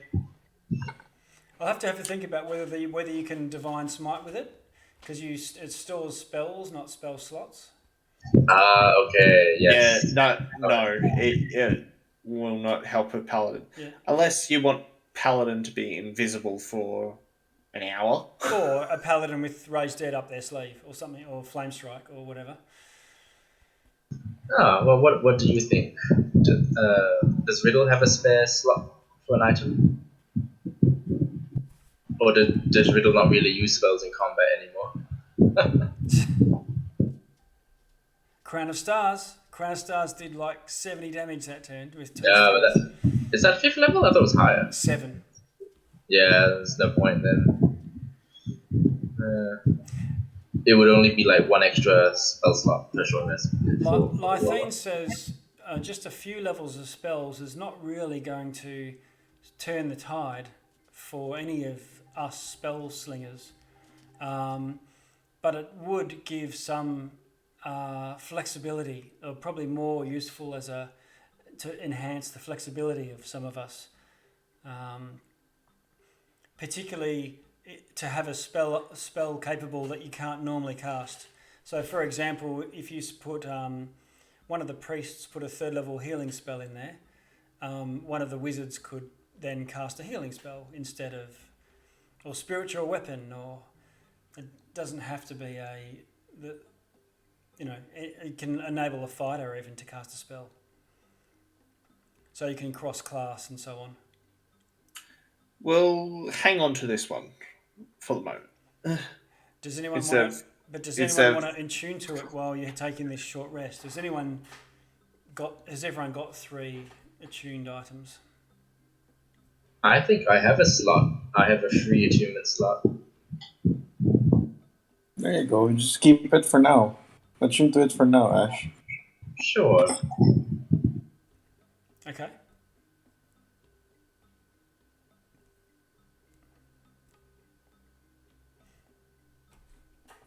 And Lythene offers if you want some spells cast into it, Lythine can.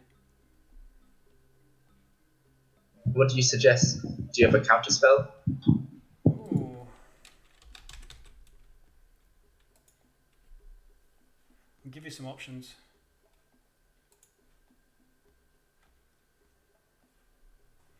I do have counterspell.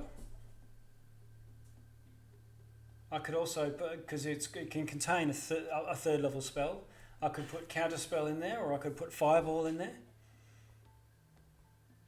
Oh, those are both very good options, aren't they? Or I could just put Misty Step and shield in there for you.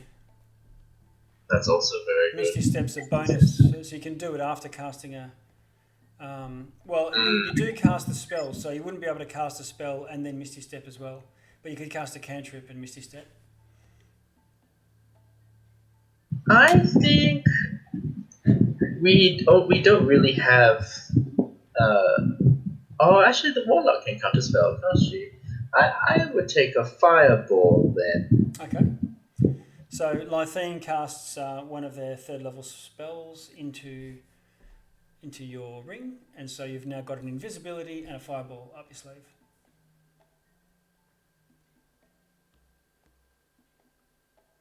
My thanks. Yes, that fireball definitely came in handy in the frozen north. Yeah. And my survival check there, DM Yes. advantage is 25. Ooh, okay. So you managed to get a short rest without any incident in that case. And if anyone wants to spend any hit dice, you can do that as well.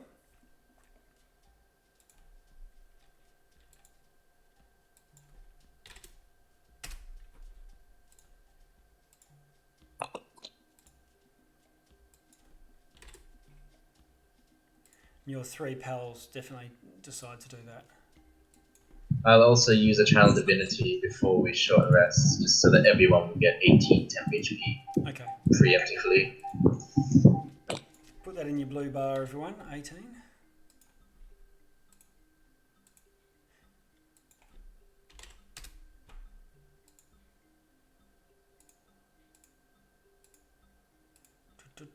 Get in there. Oh, tea break. That's a good idea.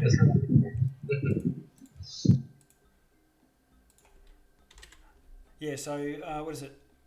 9:50 now, so maybe 10 minutes. I always say 5 and then end up being 10. So, yeah, so just meet back here at 10. I'm ready to press on.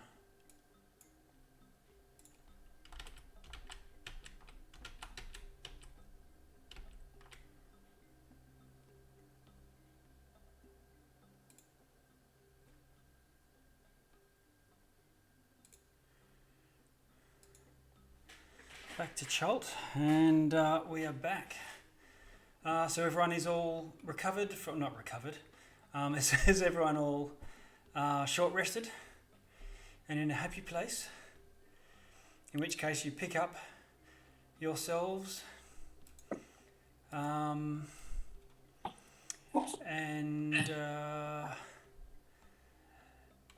I'm going to shift us back to the maze. Let's see, just to get a bit more going on. The maze is, we're doing a sort of logical maze, so this is just a bit of a just a guide to give you a bit of a sense for how big the area is that you're in. Let's see here, scaling in. All right. So you zip around, following the maze. And as you look, I'll just do the shift ping. I don't know if you can all see the party token here. Do it right down the bottom. Yep. Yeah, okay. And you carry on, do a bit more investigation. Oh, we got a lot of ground to cover. Yeah. Oh yeah, this is a big maze. You go and you find that you've just hit dead end. So you snake all the way out, come back around.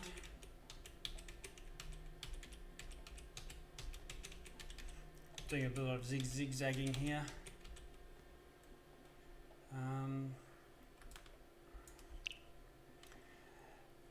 And we're at a point where Aragon, you're faced with left or right, and you've done a lot of backtracking and forward tracking, but it looks like from here there's a more material decision to make, because either of these two ways go on beyond just the next 50 feet or so, and it's a left or right. And can you roll the d? So pick one of those two and roll a d6 for me.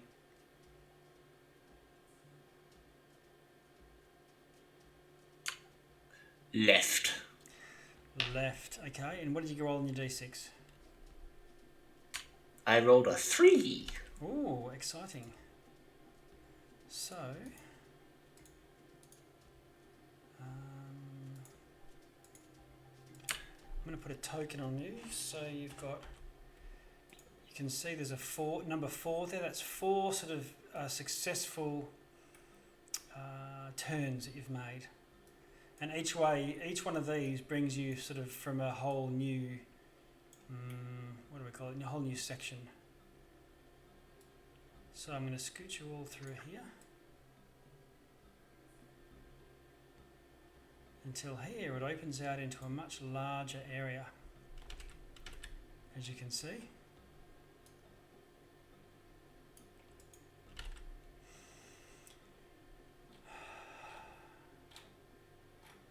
I'll just read you out a bit of a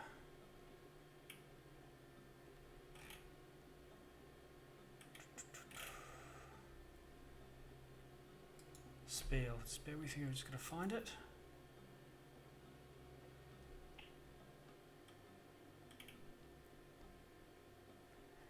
Okay. Passage opens into a large, and probably even 80 feet across. There's cages lined in up in a set of 10 in each row.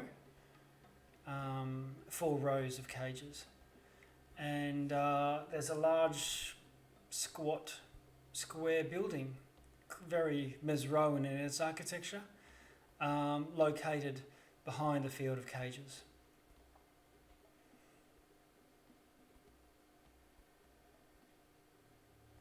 Each cage seems to have some sort of glowing red sigil carved into its base. You can see there's figures. They're still a fair way off, maybe 60 feet or so, or 50 feet away from you. But there seems to be a figure in each cage. A figure, like there's a person inside the cages. Yeah. Maybe a human or an elf or whatever, but from this distance it's a bit hard to tell. I think we should get closer a bit. Okay. Ahoy! Ahoy! Help! You hear a voice from one of the cages.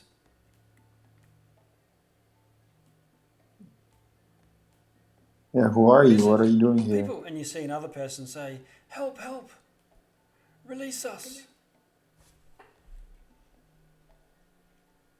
What trapped you here? We've been captured by Nightspawn, and we were held here until we succumb and turn into this. And this elf gestures.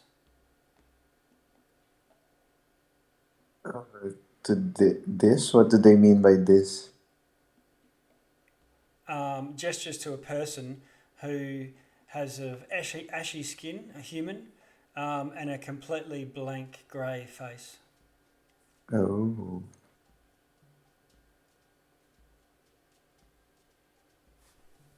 These people have been turned into Shadowkin.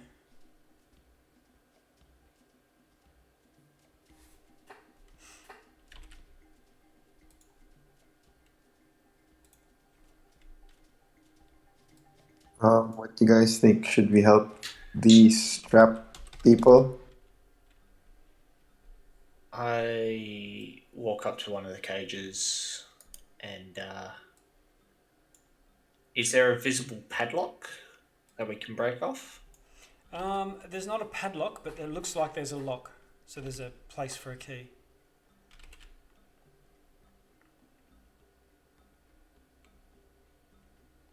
It's something that you might be able to force with enough force.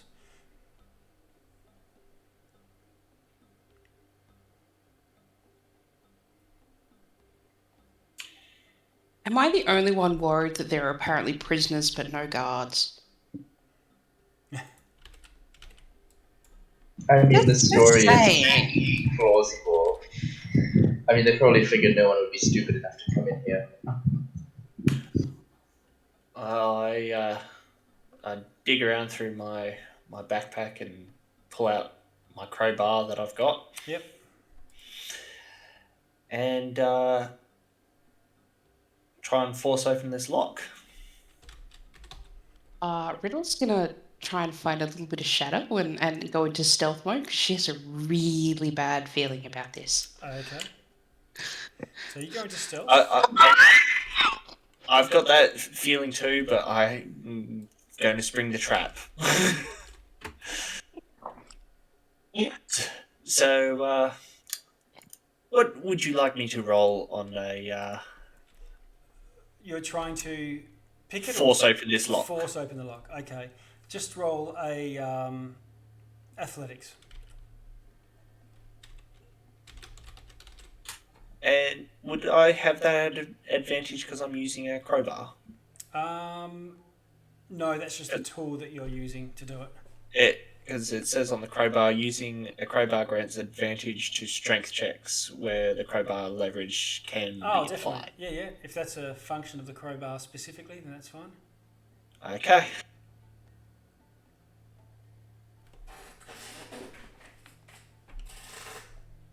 Same roll, 15. Okay. You wrench it, and nothing happens.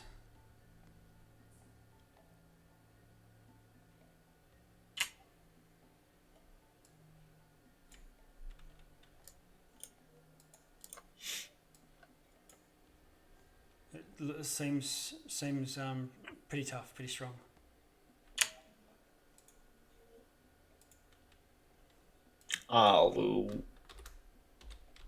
We'll Well, try I guess again. Okay. is it hammer time? Let me retry one more time first, and if I can't pop it, then yes, hammer time. Okay. Just at that point, the door opens, and all these people rush out, and you see someone point at you.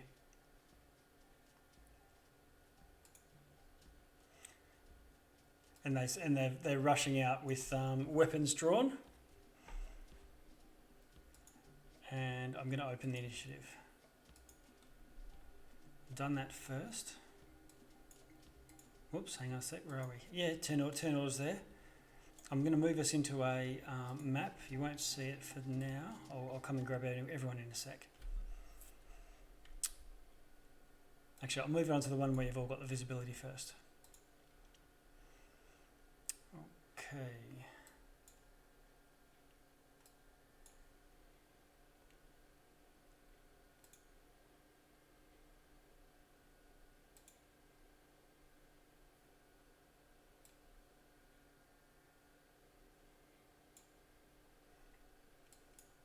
Oops. Turn order.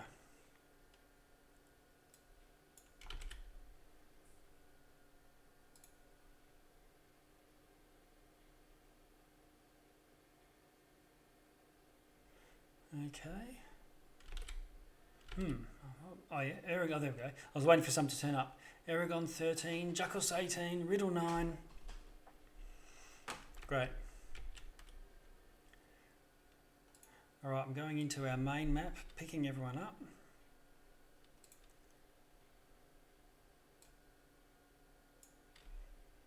Copy.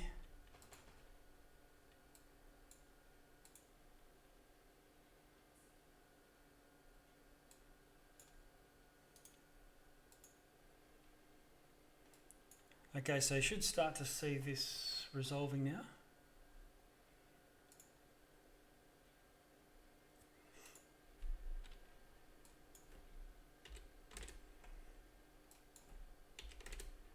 Oh, yep, I can see the map. The new Yeah. map. Like a circle, yep. Yep. And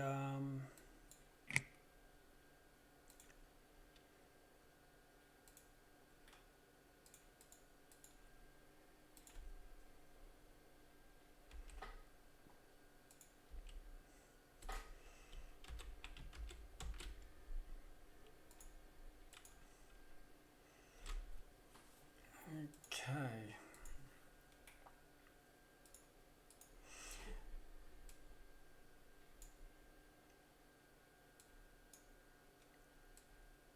Whoops, sorry.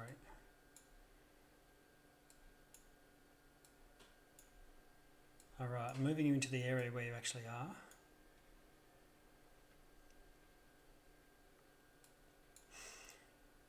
And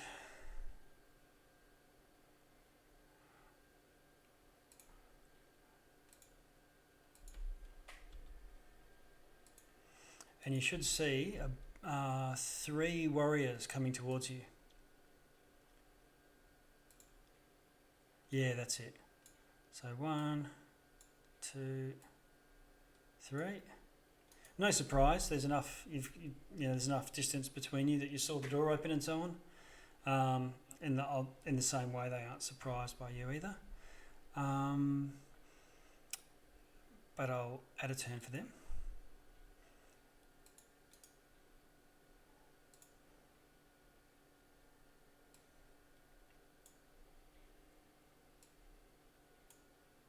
Okay. Should we re-roll our initiatives because a turn order got cleared out in the transfer? Oh, did it? It did. Yeah, okay. I can see Jackus and Aragon and Riddle are in there. 18, 13, 9. So there's nothing to... It's still there for me. Oh, there it is.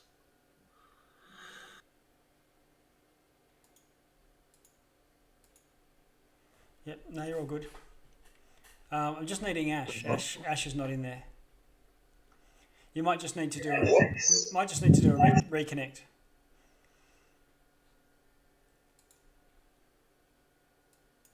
Okay. And I need to do 2.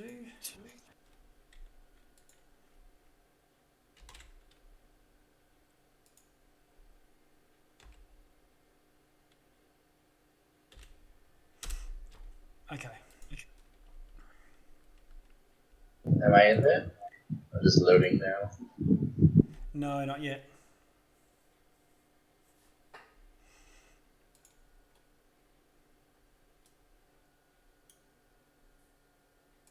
And I'll keep you pretty much exactly as you are in that orientation. But I think it was Jackus, was it, that was doing the crowbar? Aragon. No, Aragon. Okay, so move Aragon off to one side halfway along, and the rest of you sort of observing from there. So how are we going, Ash? I still need you in the turn order. Okay, I've loaded back in.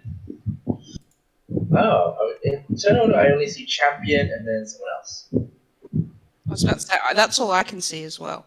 Yeah, that's what I was saying. That's all I can see. Yeah, no, I don't want to but it's all worked. It's for some reason it's not displaying for you, but I can tell you. Rolling again. 1 second. Yeah. Ooh, it's not looking good. Oh, actually, no, that's not bad. 19. Okay. All right. So what I've got is a champion. You can see with the mohawk there. Ash, Jackus, then the veterans, the 3 of them, and then Aragon and Riddle. So first, the champion's going to go. And the champion, let's have a look. Crikey.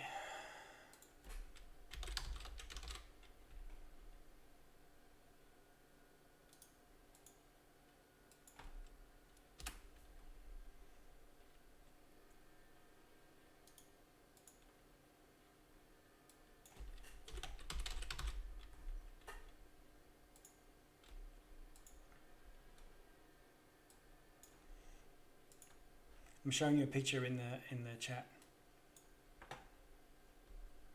Ooh, fancy. Yeah, it's just not a great sword as per the pick. It's a long sword, but wielded in two hands. And she, let's see. Oh, actually, another thing happens here too.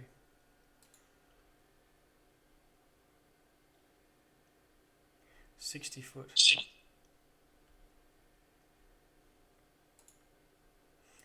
Okay.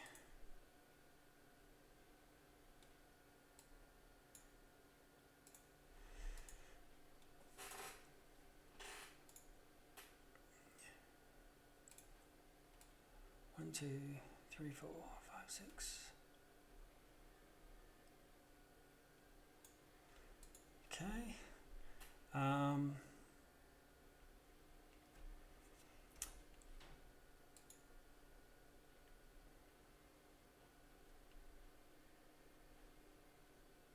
The champion has a short bow and takes 3 attacks at you, Ash. What's your armor class? 16. Okay, there's an 11, a 19, and a 21. 2 of those hit. The first one does 11 damage, and the second one does 10. And then the champion, being a tactical genius, ducks around the corner. You don't know how far. And then Ash, it's your turn. What do you want to do? As an action, I will activate Channel Divinity. Okay. And that's going to do the 60-foot aura normally? I think 30 foot. 30 foot here? Yeah. Oh, 30 foot normally, is it? 30 foot radius, so yeah, Okay. you're right, 60 foot Okay. diameter. Yeah. But So it's not including me. So. Yeah, right. So it's 15 in the Shadowfell because of the half light range. Okay, so you activate the aura. Is that a bonus action? I mean, the sphere is filled with dim light, but it's more like, I don't know. We've already established that it emanates from you, and so I'm treating it like a torch or a light source. You are where it's coming from. And then I will receive 18 temp HP, and that will be it. All right. Any movement? Not really. Okay. No. And do you get those temp at the start or the end of your turn? At the end. Okay. Jackus, you're next. 18. Alright. So the champion was using a bow, Yes. was it? Yes. Okay, let's see. I'm gonna move here. I just go. I got your back, Aragon. Just do what you gotta do. Okay. And I will turn on the gauntlets for my action. Okay. Is that frost? Yeah, the frost gauntlets. Okay. So both weapons become rime covered. Yep, and that's it. Okay. The veterans go. And they seem to move in a quite coordinated way. And I'm gonna do a brace on the first one. yeah, that sure. moves. Okay. Roll to hit.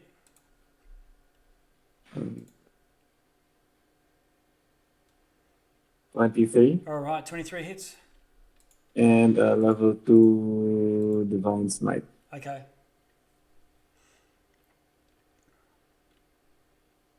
$36. Oh, nice one. All right, so big blow on this guy's. The first guy that rushes in gets punished for it. And do those spell slots for the Divine Smite, do they restore on a short rest or it's long rest for paladins, isn't it? It's a long rest. Yeah, okay. All right, so still a big blow. And then they come in sailing into you. Let's see. All right, here we go. A longsword attacks. What's your armor class, by the way, Jackus? 23. 23. My God. That's without a shield too, isn't it? No, just the boon and +2 armor. Yeah. Okay, great. All right, so we're looking for a 23. A 9 is not enough. A natural 20 is enough. And so I need to do it's not 15. It's 12 damage with the crit. Just 12. Okay. Yeah. The short sword misses. We get 2 more long swords and a short sword with the second guy who also misses, and you're tanking it all for them. 2 more long swords and a short sword that also misses. And now they've all blown their load, and Aragon, it's your turn. I'm going to keep trying to pop open this cage that I'm prying open with my crowbar. Okay, can you roll a athletics?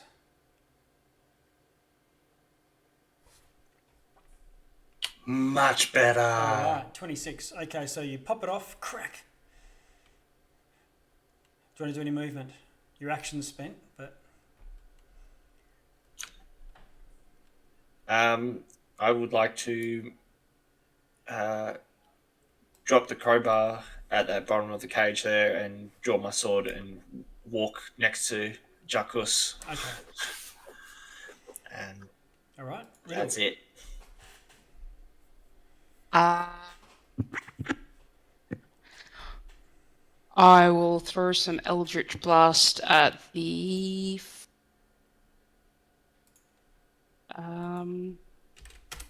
one at the closest to the bottom of the 3, the one closest to me.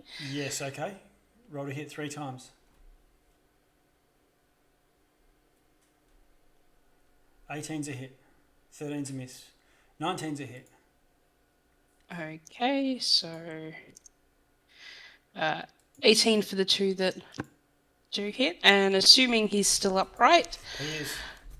we'll do it again. Okay.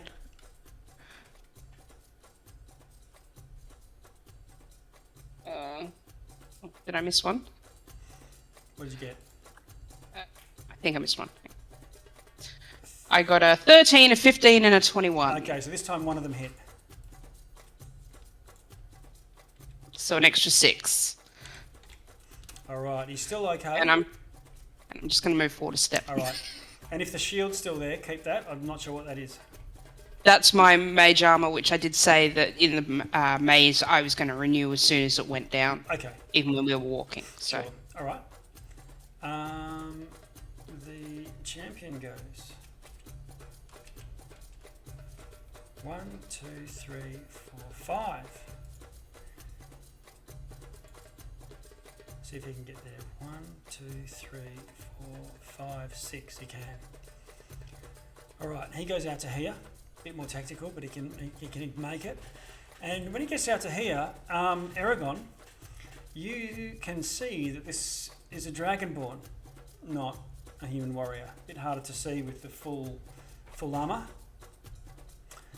And he comes pounding in at you with this longsword held in 2 hands.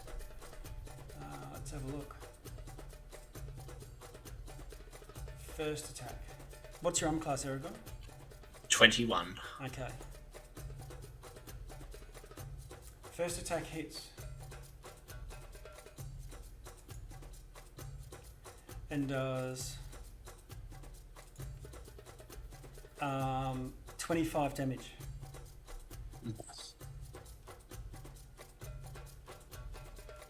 Eight of that is poison, I believe. Have you got any resistance or anything like that for poison? No, I do not. No? Okay, just...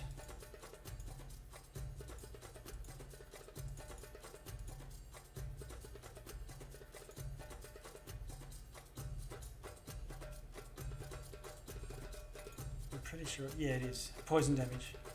Oh no, sorry, acid. My mistake. Sorry about that. Okay, then he whacks you again. This time meaning I'm a cast 17. Nope. I'm happy to adjust. I'm rolling this raw, but so it actually hits armor class 19 for the purposes of this. Nope. Yep, and then he gets a third attack. 27. 27. 27. Is that natural 20 or is that No, it's just a 27. Hits armor class, hits armor class 27. And so does 15, 26 damage.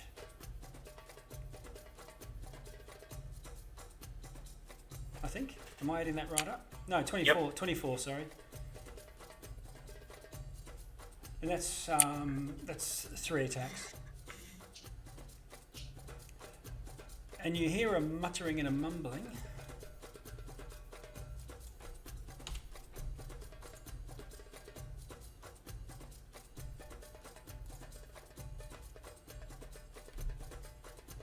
Let's see.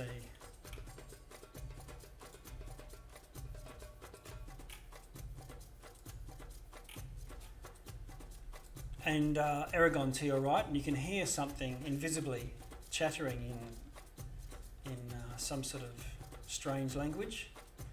And finally, let's see.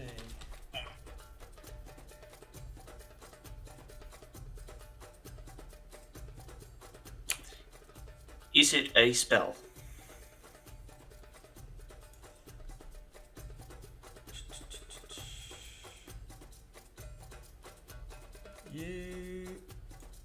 I think, considering its state, might not be sure. Is this for counterspell or for your save? Yes, for purpose of a counterspell. Is it a spell? All right. Let's just quickly check counterspell.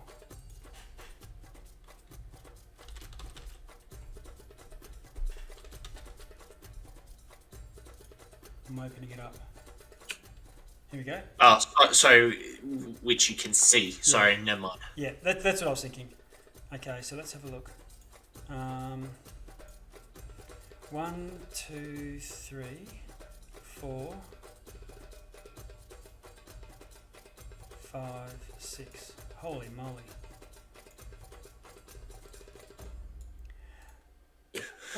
Oh, that's nasty. Okay. So this What is that? massive blast of cold comes sailing out, and this shifty little mage appears from invisibility. And Cold, you say? cold, yes. And you're immune or resistant or something, I presume. Resistant. Yeah, still good.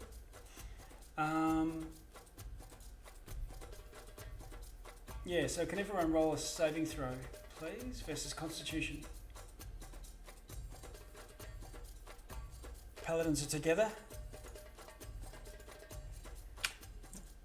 Constitution. 19. Okay. 21. 23. Oh, 11. oh no. This is a magic or spell-like effect if any of these people with mantles and all that palaver. Yep. I get 18. Okay, so I think it's only Riddle that's taken the full brunt of this. Like, right at the back. Yes, you don't Unfortunate. don't see it coming. Okay, here we go. 41 damage, everyone. Ooh. Or 20 for those in a happy place. And 10 for me. Yes, because you're a frosty type. Yeah, Silver Dragonborn. Okay, and Ash Louise, it's your turn. Check for concentration if anyone's got con spells that matter. Otherwise, Ash Louise, what are you going to do? Ooh. Gosh. You know what? I might hit back with a fireball. Okay. You gonna cast it? Yeah. I'll catch all these guys with a fireball. It's round, so you'll catch 2, or you'll catch Aragon and Do it. It's fine. I'm resistant to fire. it's not for you guys to say. You don't know what he's casting. Yeah, I'll catch everyone in it then. Okay, so you do I've done this. it before. Okay, and boom, fireball goes off. What are we rolling now? Do they use? The DC is 14 for the saving throw. Yeah, 20 they on use- mine. Nice. So do you want to roll your fireball damage?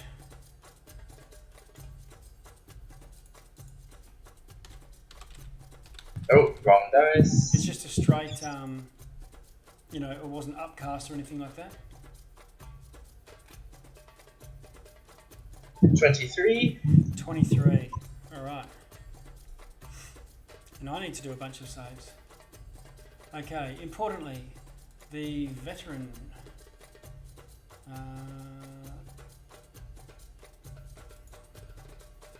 Is it Dex or Con? I forget now. I think it's Dex. Dex. Yep. Yeah, Dex. Okay, so he passes, and then there's the 3 veterans. 1, 2, 3.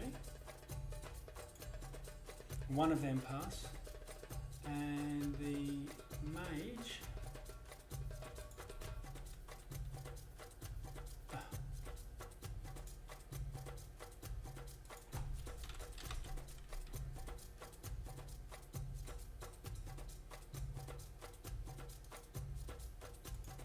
Here we go.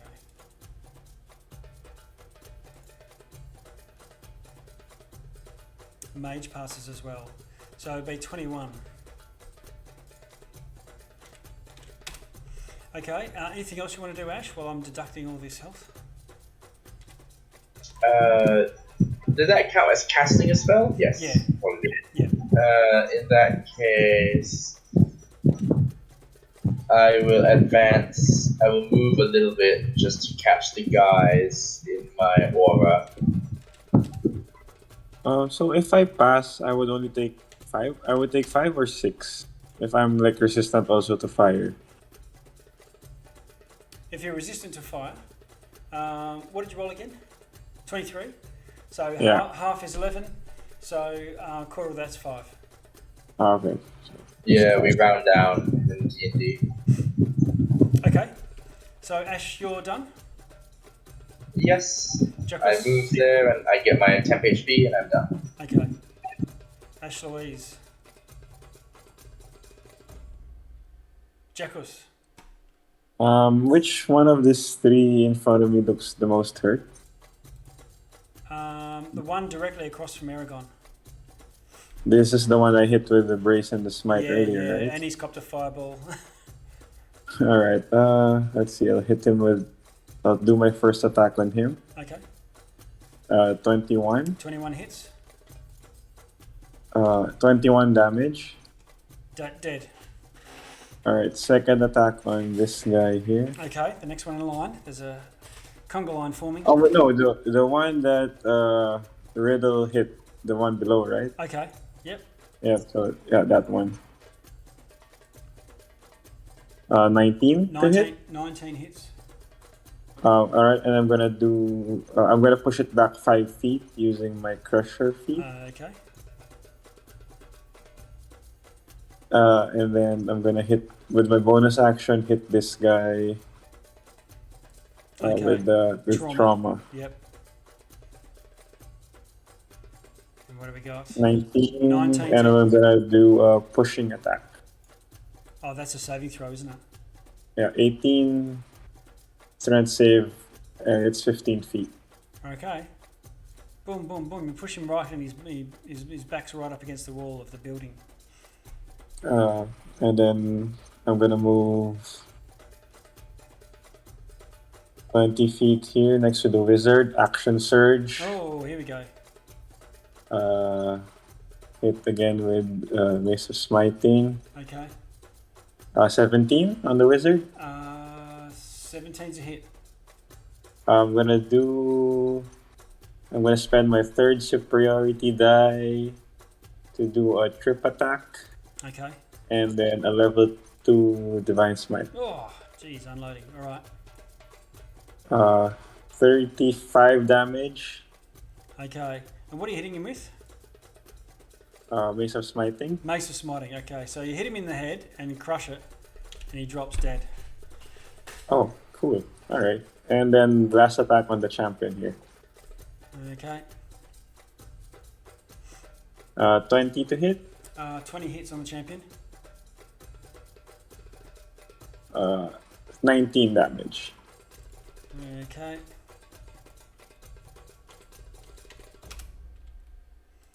Yep, and that's it. Okay. The veterans go.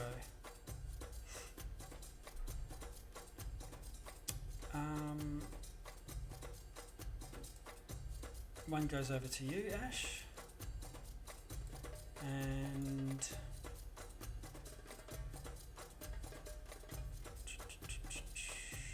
one comes over to you, Jacos. So, veterans, one on Ash Louise.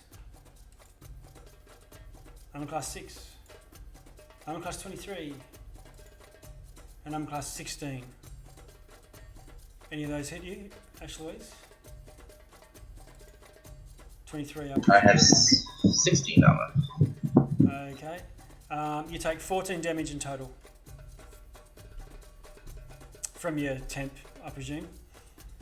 Yep. And the one on Jacuz. We've got a natural 20, a 19, and a 23. 2 hits. Okay, the crit does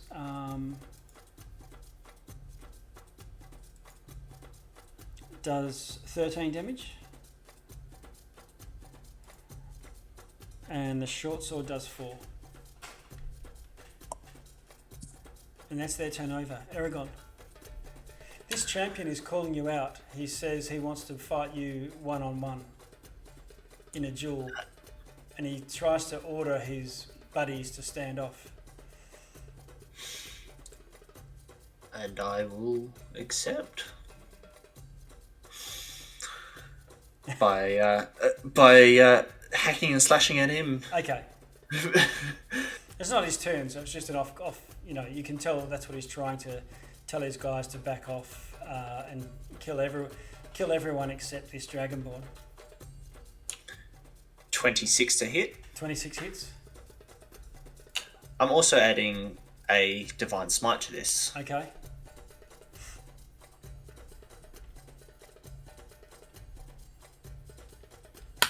For a total of 35 damage. Oh my god. Alright, 35. Boom! Champion staggered by that hit.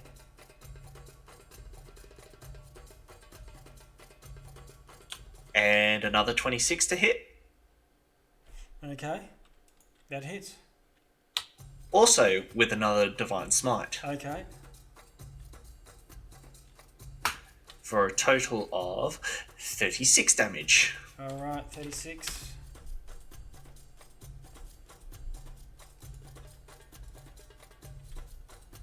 Is that you done?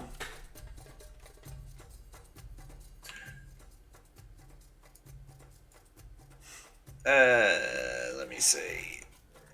Bonus actions.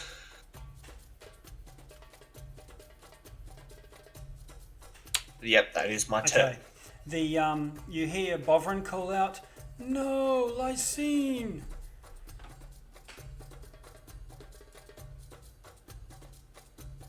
And he rushes over to the veteran and casts a spiritual hammer, which whacks and does a bit of damage to the veteran. Bovrin says, "Ash Louise, the Dragonborn is our fallen comrade turned to a Shadowkin." Turned to a shadow key. Corrupted. Remember I said we lost some of our number?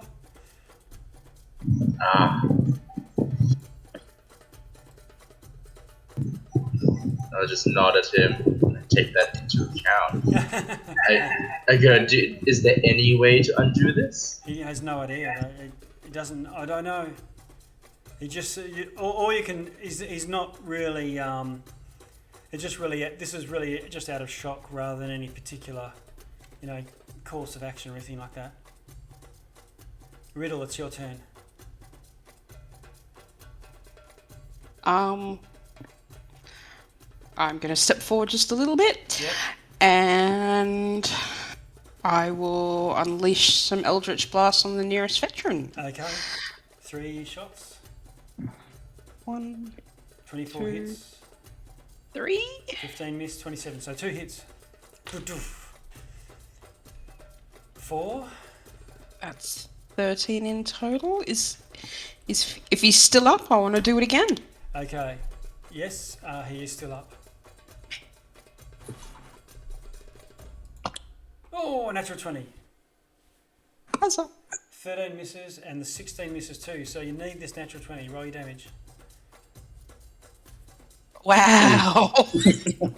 All right. With that, the last one critically hits and doesn't do a huge amount of damage, but it's right between the eyes and he drops dead. Oh. Just enough. Yay.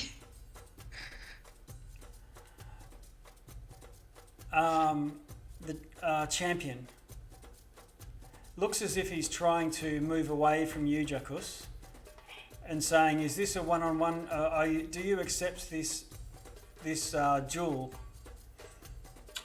And he's casting his sword all around to the others. Yeah, go ahead.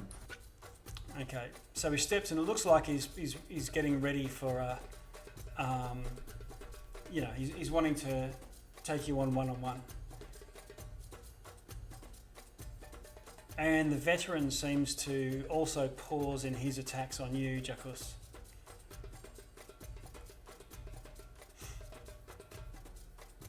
Okay, the champion goes. I'm class 26. He's a hit. Doing 26 damage. He attacks again. I'm a class 14. No. Deflect that one. Finally, I'm class 21. Oh, that's just a hit. Is it? Are you on class 21? I thought you were 23. Oh, that was with the spell. With Shield of Faith, I'm Yeah, 23. right. But without it, I am 21. Okay, he does 28 damage with that hit.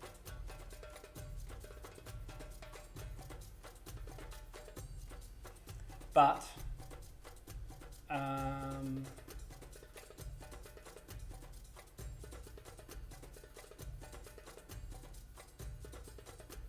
okay.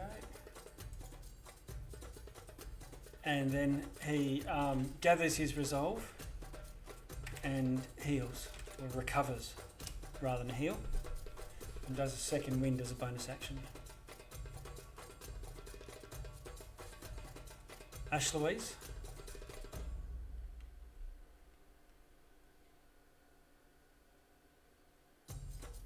And I guess, and Jakus, are you both sort of holding your attacks? No, I'm still fighting with this other guy here. With the veteran? Okay. Yeah.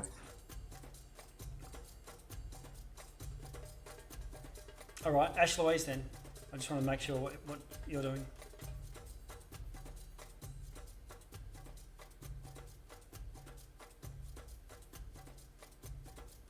Ash Louise, we can't hear you. Jakus, you may as well roll your attacks in any case. Alright.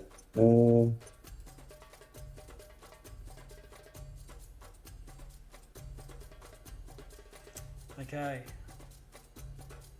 What do you 23 and the 28, I guess, would hit. Yes.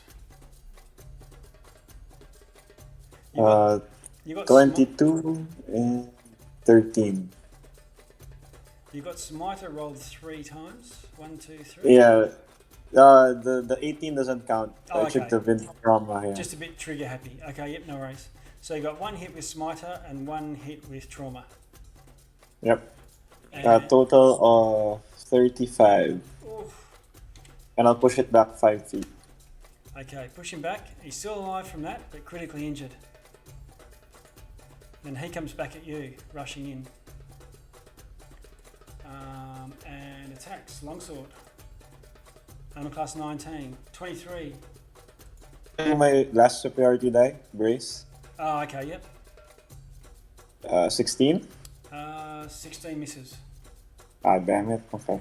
Oh, that would have been very clever. Okay, it does 5 damage. The push and the brace are a good combo. Yeah. He does 5 damage. Okay. And then Aragon, it's your turn. You can reply. I'm going to hack and slash again. Okay. You're on the back foot here, looking at your 2 health bars. 26 hits. 13 damage. Oh. Okay.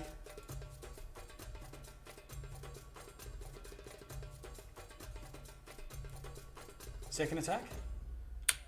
13. Oh, armor class 13 is a miss. Wow.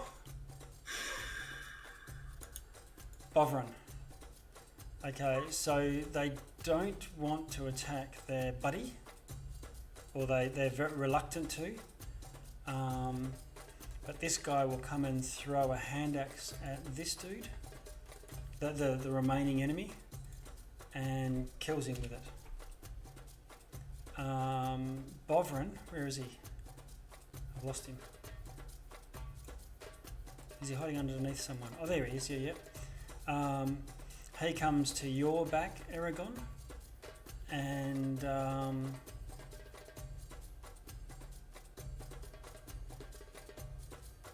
cast Shield of Faith on you. So it's plus 2 armor class. Yep, 23 armor class. Okay, and then he steps back.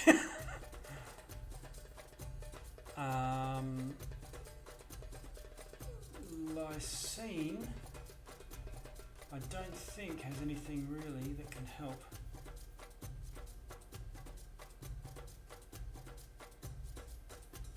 He does.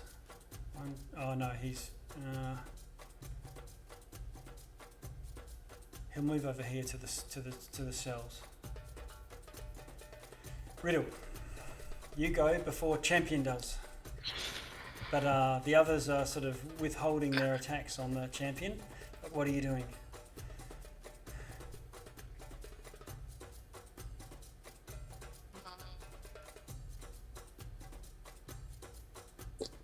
I am going to attempt to cast Hold Person and yell, if anyone's got Remove Curse or want to try it, do so now. Okay. Who are you casting Hold Person on? The Champion? On the Champion. Okay. And what is he rolling against? DC 19, Wisdom. Wisdom. Okay. He rolls once, but if he fails, he can try again. And he fails that too and is held. And he is held. Are you sure Remove Curse will do it? I have no idea, but it's worth a shot, isn't it?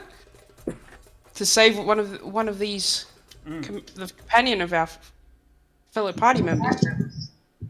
Can I do any check to see if Greater Restoration, Remove Curse, or whatnot will work? Sure. Yeah. But this is not something like petrification. Is something that a lot of creatures do. Things like just effects. This is unique to this plane, or maybe even just this demi-plane. So it would need to be Arcana. But you can. Can anyone help? Oh, can the wizard do it? Well, the wizard can help you, but this is still effectively like a effect check. Can give you advantage. Oh my god. Okay. Well, this is just so unique an effect that it's not something that you could really tell.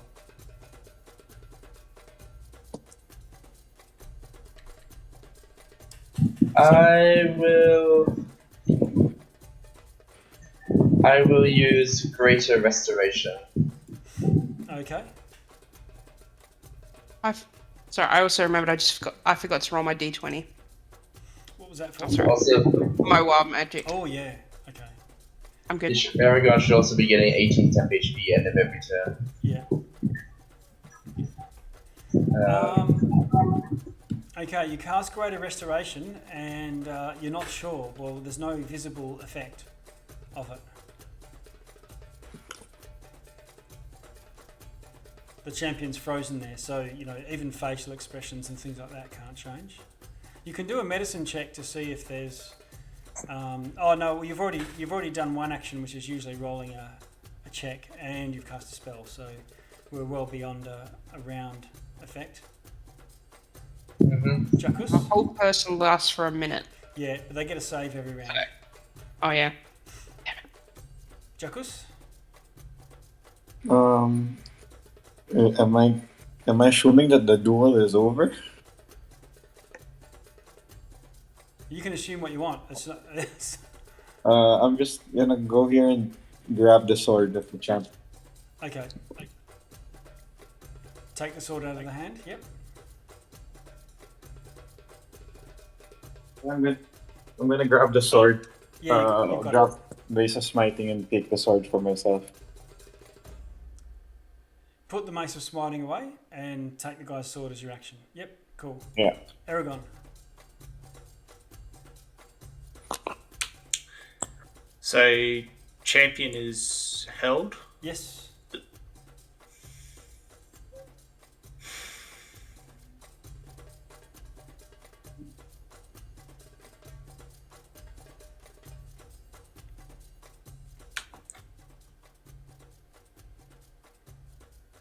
I'm going to finish this. Okay. What are you going to do? I need to know what you're actually going to do. Hack and slash. Oh, okay. Roll to hit. Like I said, I'm going to finish this. Yeah, okay. All right. Yeah, I need to know what that. I know I can assume it, but I need. So you're going to attack the guy. It's automatic hit and it's a crit. Automatic hit? No, it's not with the held. It's advantage to hit, and if you do hit, it's a crit, which it hits, and so it's a critical hit. How much damage you do? Let me roll that again because I haven't got the crit rules set straight away. Okay. So that is a total of 21. Okay. You can tell it what you know. It's a bit of a frantic thing trying to kill him before he busts out of the hold, and you can tell that your wild thwack did a huge chop into the body. It didn't hit a vital. He's not dead.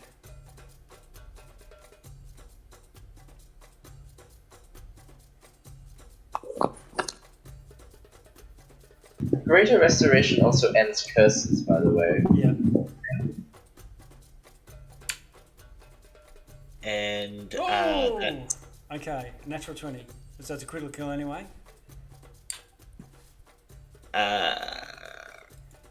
Sorry, for a Ash. total of 27. Okay.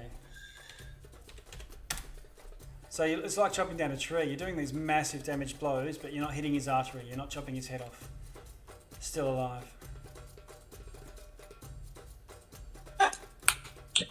These gladiator Bovrin and Lythene sort of back away in horror, watching Aragon chop down their friend while he's held.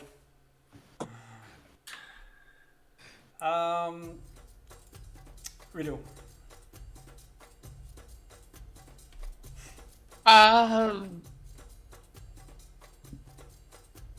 I'm just gonna stand and watch in confusion and horror and be Okay. like, this is not what I intended.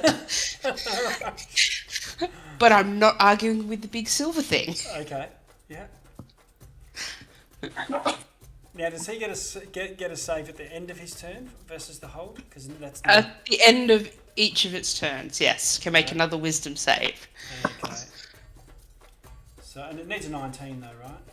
Yeah. Okay. Doesn't bust out of that. And you can. Oh, you've already got your temporary hit points. Ash. What was that? Sorry. Ashla, it's your turn. Does not. If Greater Restoration. Did I cast it? Did it go off successfully? You've cast it. Are there any other enemies in sight? Not really. You've cast it, remember, but you haven't had an opportunity to tell whether for sure it's gone or not. But you could try a medicine check this round to try and tell. If you want. Yes. If you want to go over there. Okay, I will go there and then do a medicine check. Okay. All right. Do your medicine. 14. Okay. You're not too sure. The skin still looks ashy, if that's an effect, but you don't know whether definitively whether the two are correlated. I think you guys will just have to let him. You may just have to release him, Riddle. We'll have to see. I'm sure we can sort it out. If he's still corrupted, we can knock him out. I look to the paladins. Jackus? I'm just gonna move to the back and just play around with my new sword. Okay. Aragon.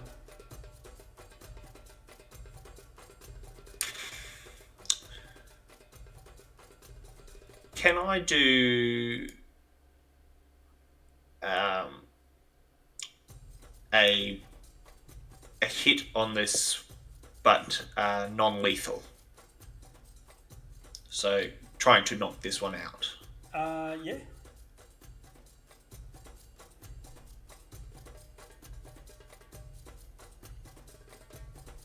Just roll a hit with advantage. 18. Yeah. How much damage? Well, 18's a miss anyway. 18's a miss. Okay. Yeah. That was the highest roll. So that was my first one. Okay.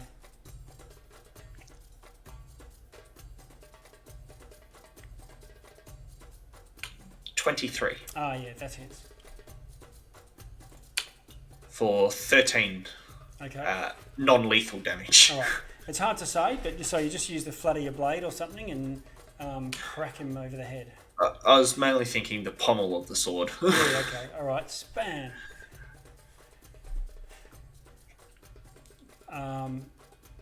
Riddle? Does that not drop him? Well, he's held, so...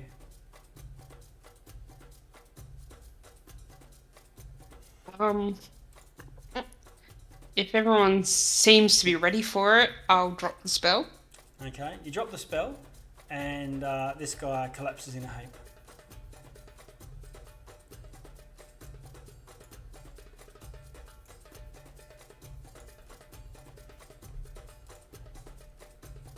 What do you want to do?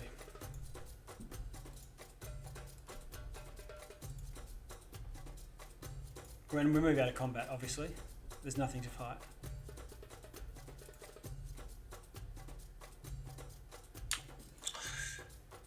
Aragon's going to take a step back over to there and take a seat. Okay.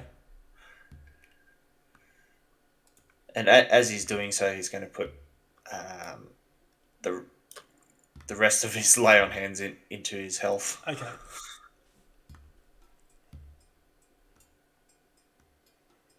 So Lythine and Bovrin say that the three of them, with the other three party members, stole their way into a large black dragon's lair before they entered the Shadowfell, and stole a sword and a couple of other items.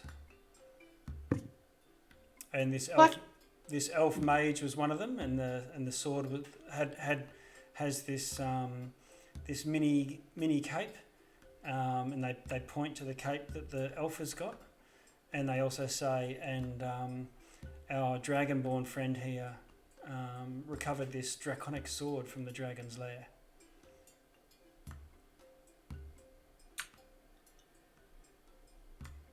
Well, it looks like a good sword. Yeah. As I continue to play around with it.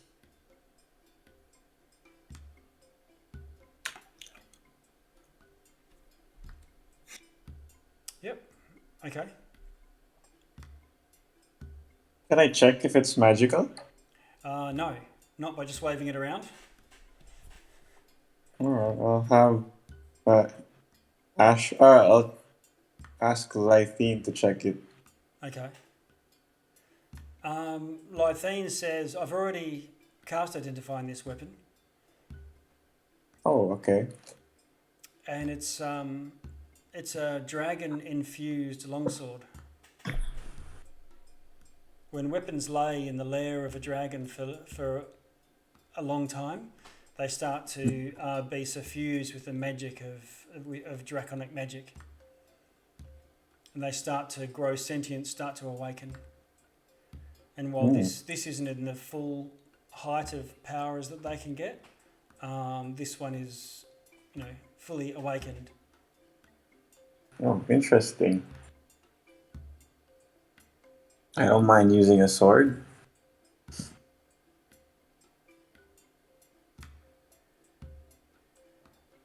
And their gladiator says, "Yeah, I wouldn't mind either."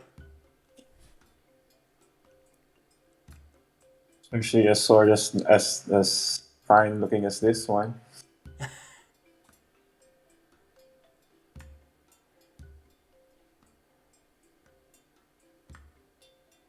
I tried to. Alright. I'll just try to attune to it in our No, next rest. hang on.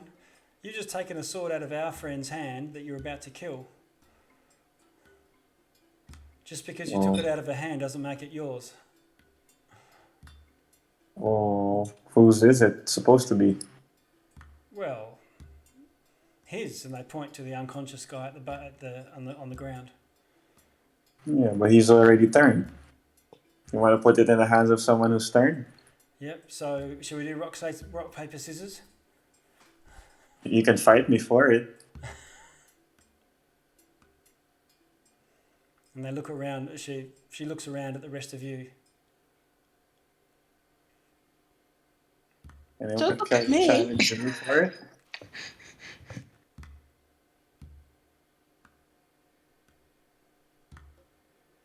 And Lythine says, "Of course, no one's going to fight anyone for it."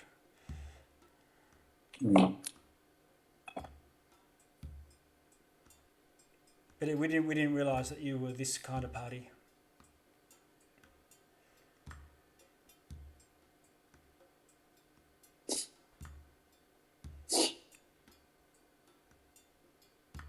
Lythine gives a last look around, just casting an eye from one to the other. Riddle, Aragon.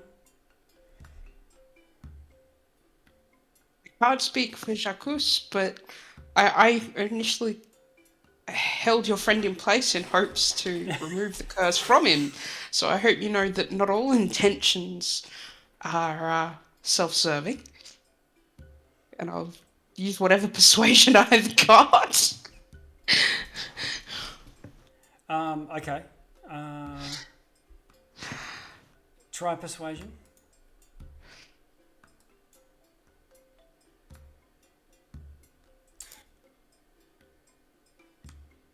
Be a 21. Yeah, okay. So they say fair, fine words.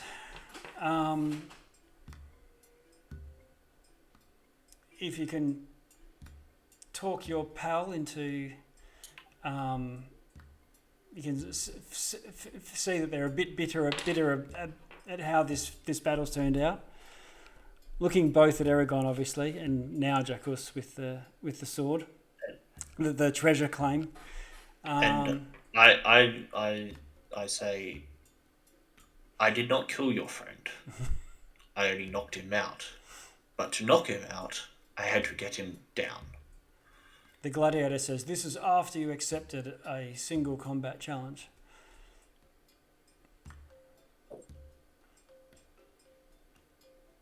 And the elf turns to the gladiator and says, "He was turned and gone long ago. Single challenge or not, that's just silly warrior games." But Thank you. But anyway, I think we'll make our own way. And these three. Are you quite sure that's wise? The priest amongst them says, not particularly.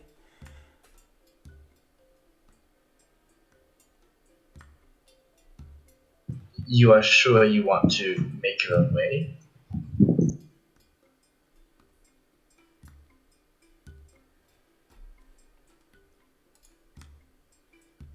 They confer.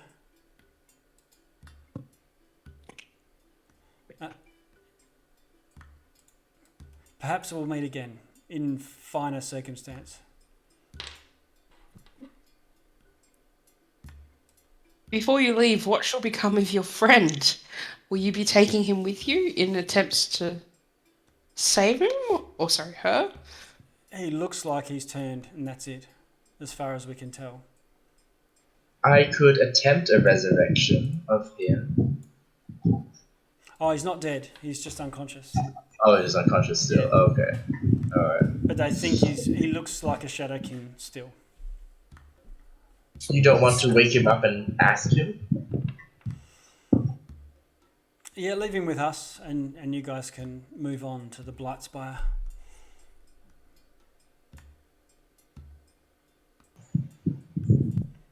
This is a good idea. And the Dwarf Gladiator goes and sort of ties up the champion. We'll see when he turns. Hopefully that restoration spell has done it.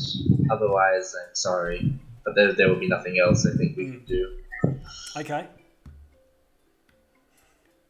Riddle's just going to walk up to Jacques and kind of elbow him and staring at the sword.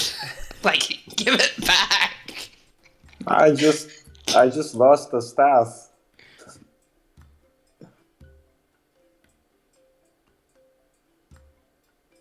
I just lost a good magical staff the other day. I think we might. I'm running low on spells now.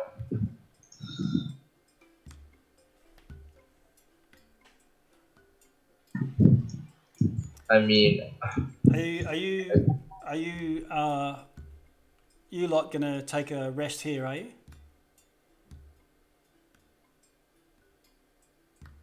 I mean, we'll have to rest at some point. How much further is it to the spire?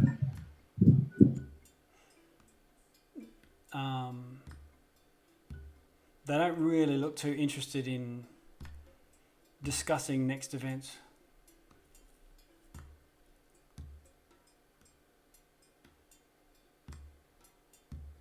They're going to take their buddy, and the dwarf, Bovrin and the gladiator can probably lift the champion up. It's a bit of a hoik, and they'll start moving back out the way that you guys came.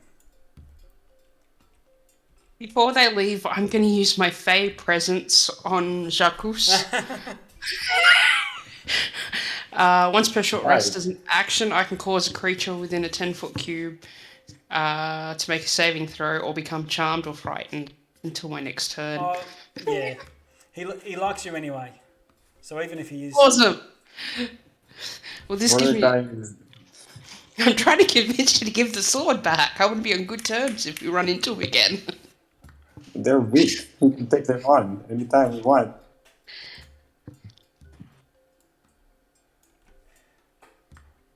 Whatever. Do your rolls if you have to. No, it's all right. We'll keep the PvP out of it. Keep it just the conversations. But I'll assume, Riddle, you're strenuously saying, "Hey, give the sword back," and Jacques is saying strenuously, "I'm short a magic item." Okay, so these guys move off with their unconscious pal.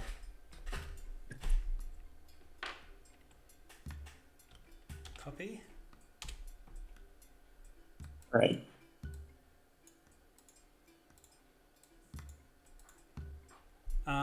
Aragon, you've got your second, what was it, lay on hands, that's right?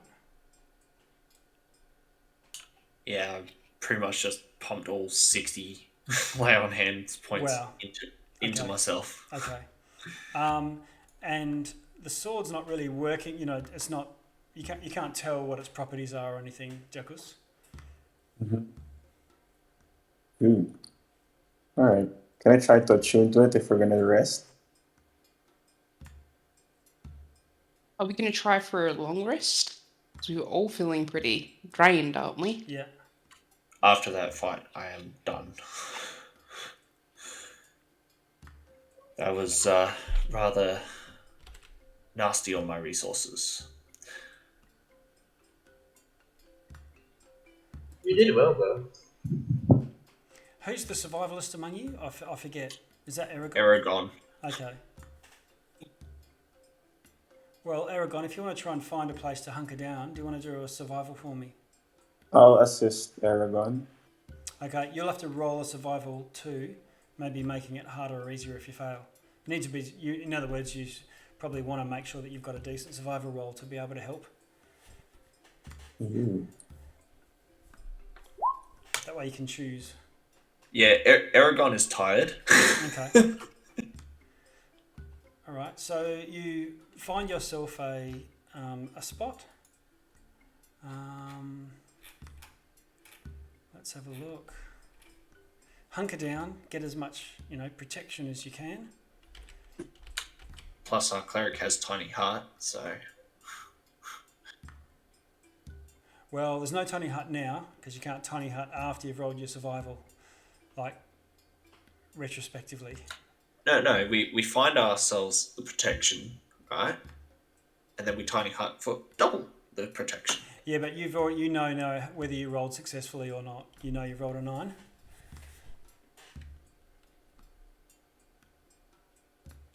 I was just making an observation. Okay, here, what are we doing? D100. 57.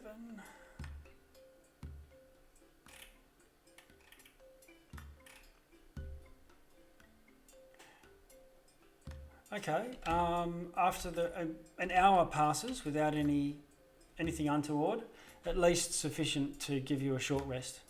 If anyone wanted to spend hit dice and you recover your things, whatever it is, that come back from a short rest.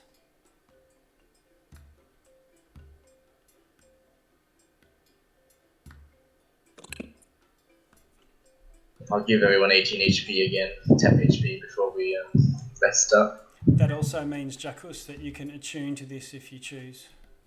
Yep. Let's see.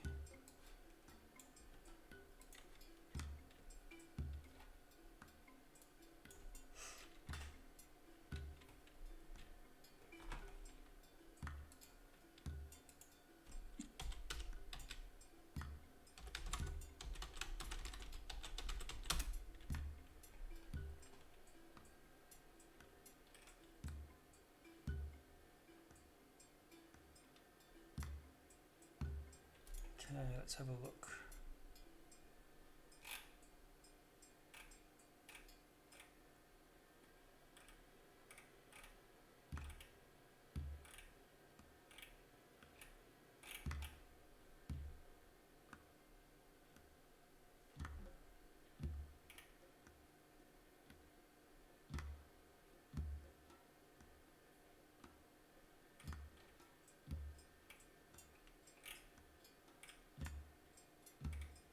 Okay, it is a Wakened Dragon's Wrath weapon.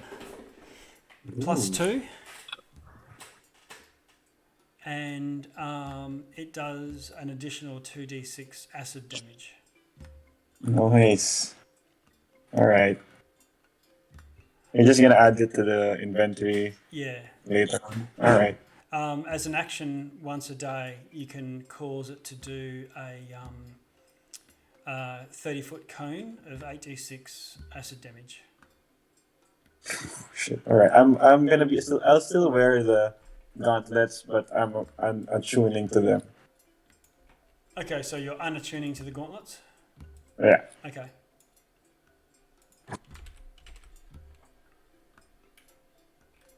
All right.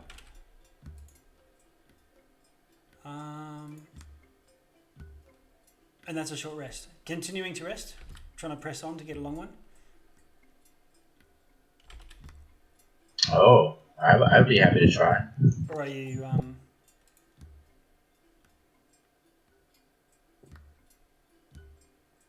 I'd okay. appreciate a long rest if we can sneak one in. Yep. All right. Let's have a look.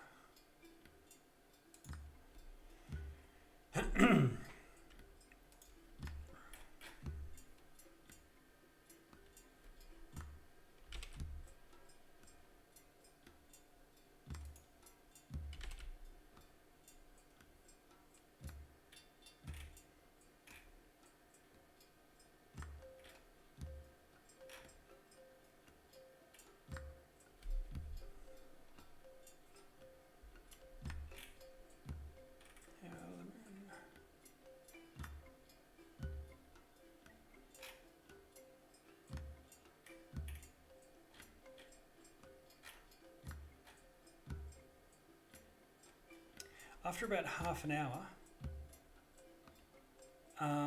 you start to hear this sort of howling, sort of sorrowful sound, and coming into the area where you're resting come 3 figures.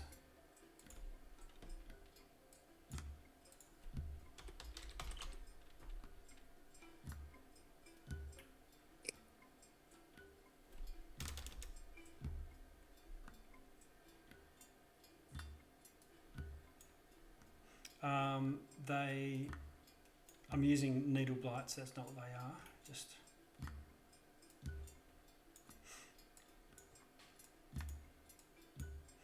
And they've got blank faces, not blank as in smooth, blank as in completely expressionless. Their arms are sort of hanging by their side. And they see you and sort of howl as if they're in pain. And as they walk towards you, it looks like they're in pain just from as if looking at you is causing pain.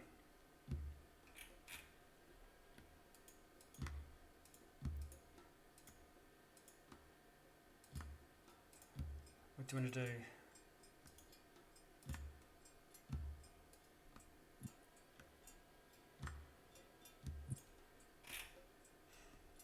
What is causing pain? Them looking at you. Your presence.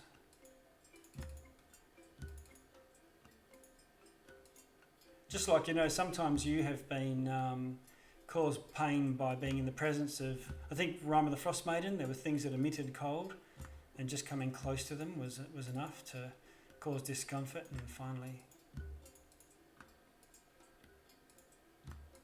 Right.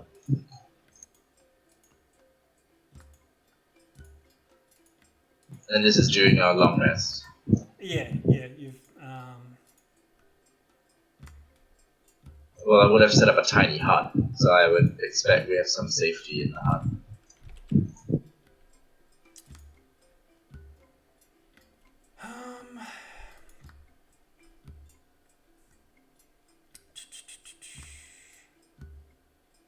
Spells and other magical effects can't extend through the dome or be cast through it, and creatures cannot enter if they were not here in the first place.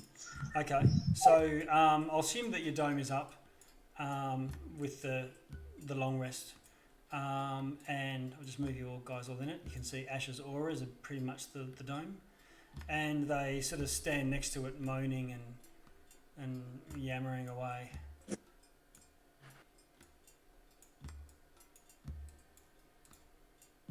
What are they? Wretched things. Arrows and projectiles can come out of the hut, but I don't think any of us are archers.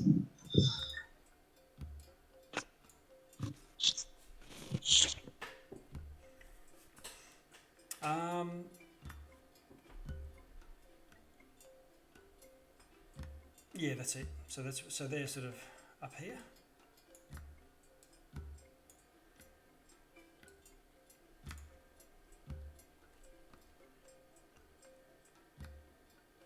you would know, Ash, from your experience with the dragon. Remember with Cletus, I think it was,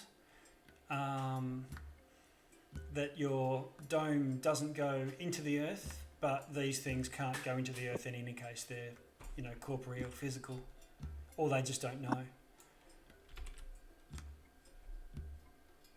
Yep.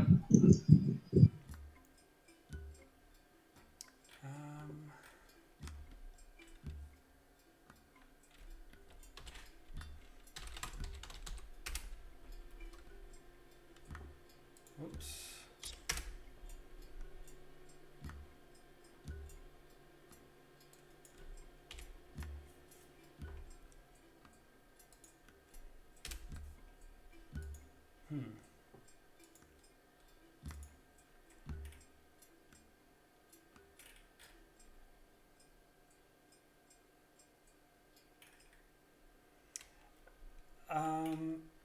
Let's see.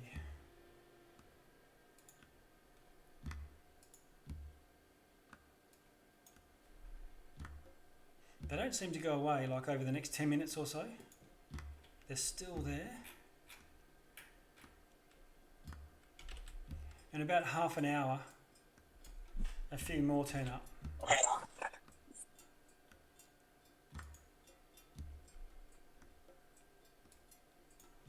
And they also go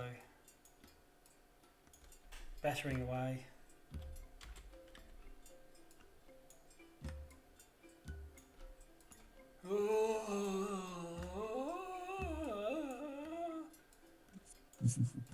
Riddle picks up any unattended shoe and throws it at one of them.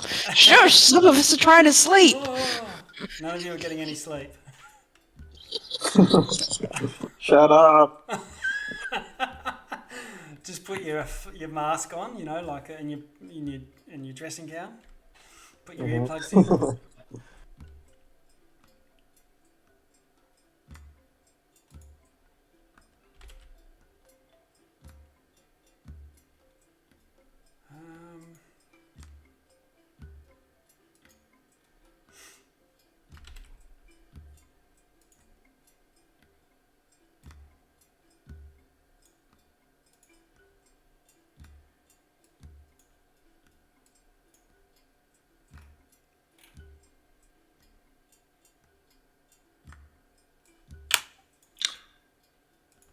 Aragon is going to stand up. Okay. And he's still in the hut, Yep. but he's going to shout, "Leave!" And what's that going to Of course, being intimidating about it. Okay. Trying to intimidate them? That's a 22. Okay. Because I'm using my forceful presence thing, no action required. Just whenever I make a intimidation or persuasion check. Okay. Alright, so they back off.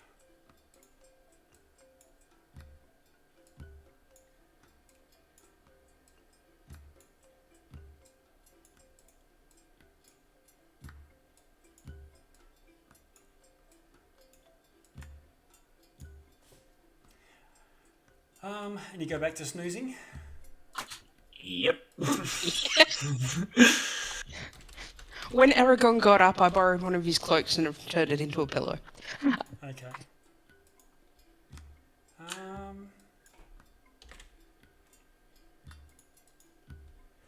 About 40 minutes or so later,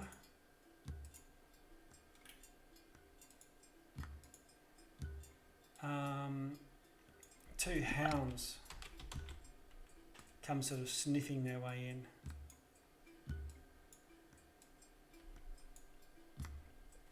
Looks like they follow the trail that you guys walked to get here. And they sort of, and they've got this necrotic vapors coming out of their eyes and their mouth. You've fought these things before here. One of them sits down and howls and the other one sort of joins in.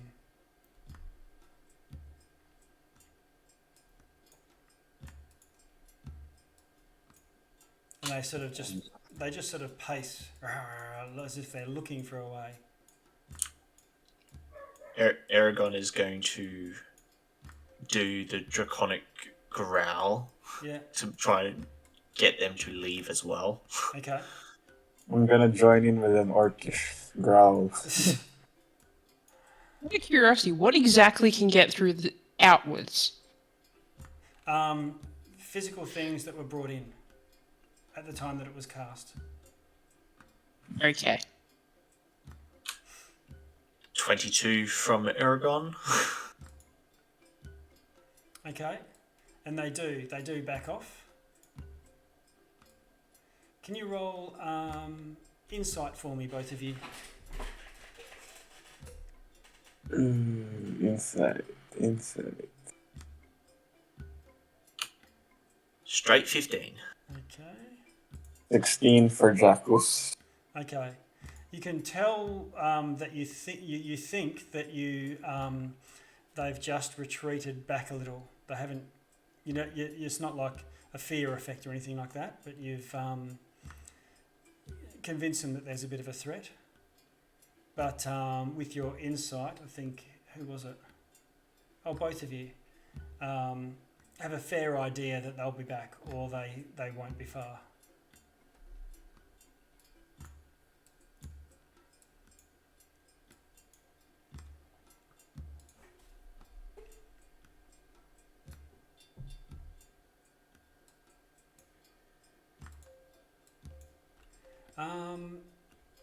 You've probably been in this thing about 3 hours now, just over 3 hours actually.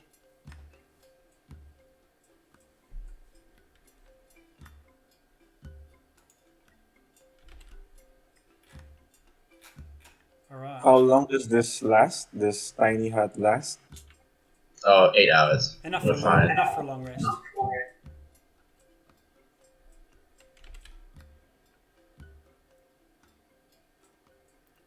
Okay, within an hour, the rest they come back. Right.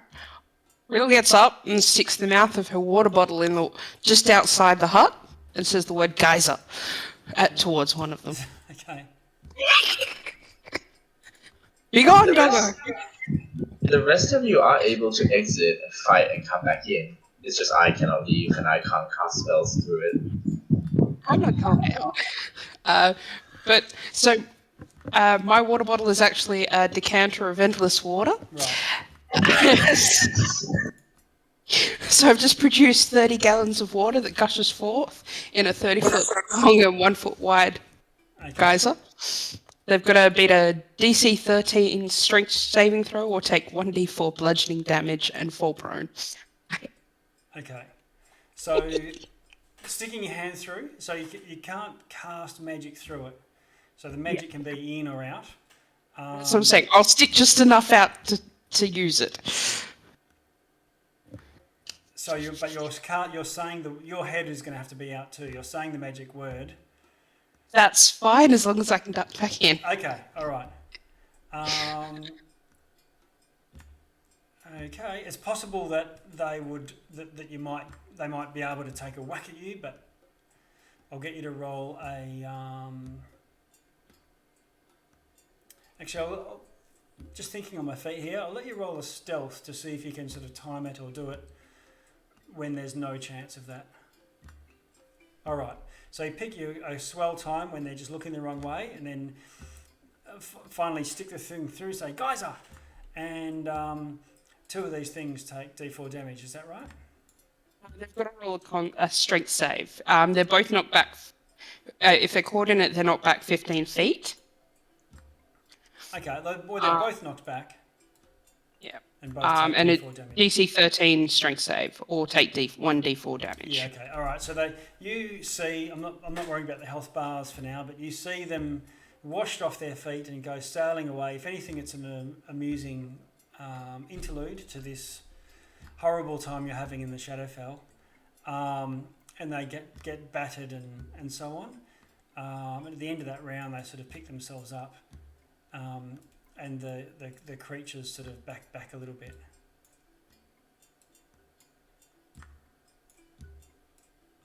Maybe not enough. They're not sort of, present enough to calculate areas and all that sort of palaver. Take a swig of water and lay back down for another nap. Yeah. Okay. I'm a warlock, cat warlock. I've mastered the art of napping.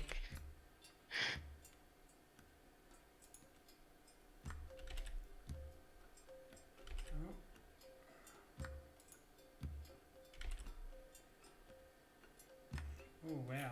Okay.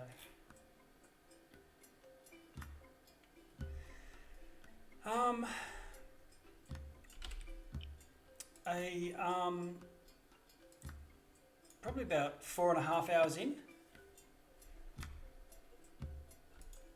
Let's see.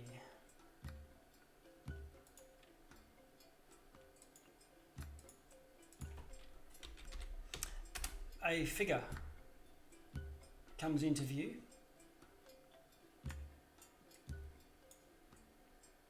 Let's have a look.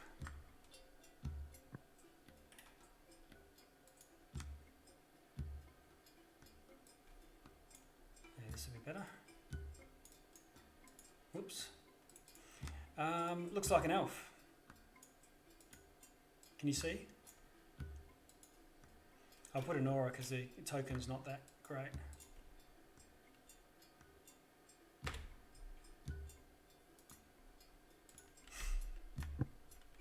And she's walking with the staff and, adventure. Looks sort of, and a robe.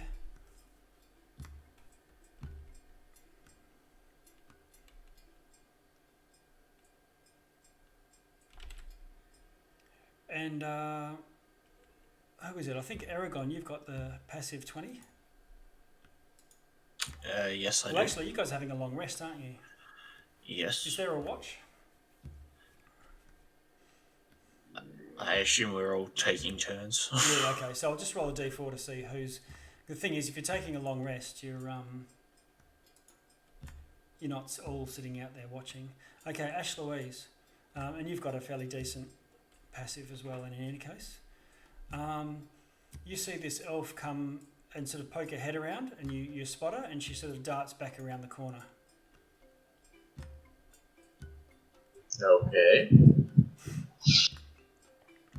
And Did she look like a spellcaster, or did she look like she was on the run, or does she still look like she's in charge? She looks like she's sort of sneaking, or at least, Princess Leia style sneaking. But two of the Lost sort of turn and sort of stagger through the doorway after her. But she definitely didn't seem like a native to this area, like you've seen these others sort of ignore each other.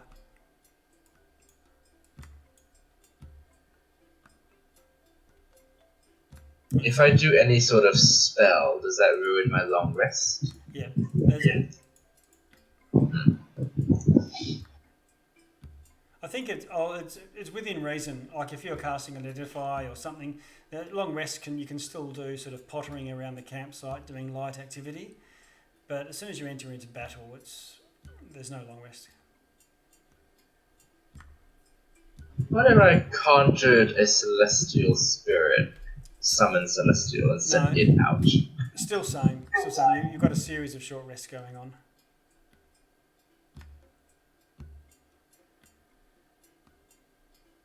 Oh, it would just ruin the rest? Yeah. There is nothing I can do for her, alas.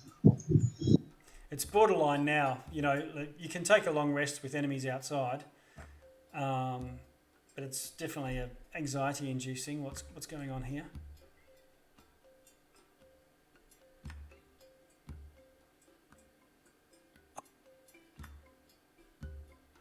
Ash, also with you being up and about, you're also feeling hour by hour the weight of the Shadowfell coming down on you. You know that despair? Yeah, like she clutches her holy symbol Yeah. in one hand as she sort of paces. Yeah. So I think there's, I don't know if you're going to react to it or not, but I think there's going to be a, well actually, we'll end tonight because we've just gone at 11:39. Ash, you see, remember that big blast of cold from the mage from before? You see the exact same effect. See, there's a doorway just over here. I don't know if you can see it actually. Let's have a look. Yep. Yeah. Yep, I can see that. Yeah. So a huge blast. These two lost creatures staggering through the doorway, lurching in the direction that the elf went. And as soon as they get in the doorway, they sort of turn to head south, and then this massive blast of cold hits them both, and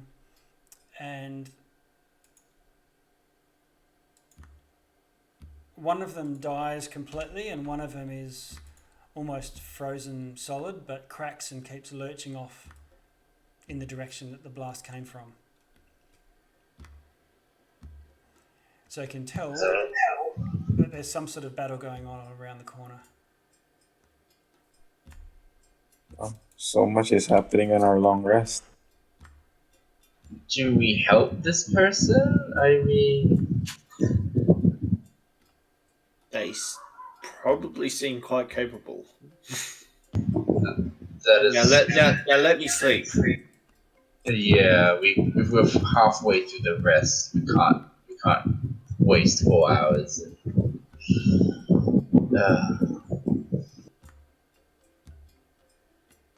Yeah, I will tell whoever's awake what I saw, but Okay. the general vibe doesn't seem to be that people want to interrupt the rest, I think. Okay.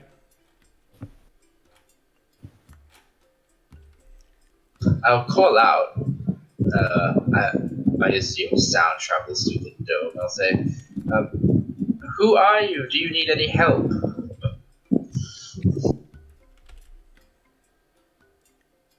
I don't know what check that would be. I suppose it's her perception more than anything else.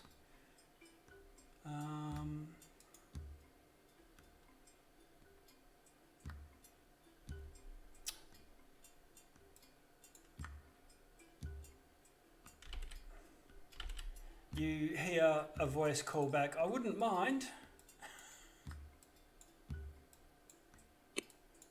And you can see this wolf go over to the door.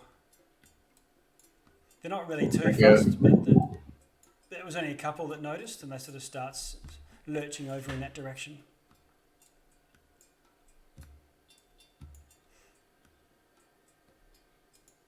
Oh, they're all going there. What do the wolves look like again? Are they like shadowy wolves? Yeah, shadow, like a, yeah, so like a wolf, but with clearly some sort of necrotic energy. The same with the rest of these other guys. Yeah. It might not be necrotic, that's more the sort of undead negative energy plane. This is a Shadowfell, so shadow magic, but they can look very similar and you can confuse one with the other.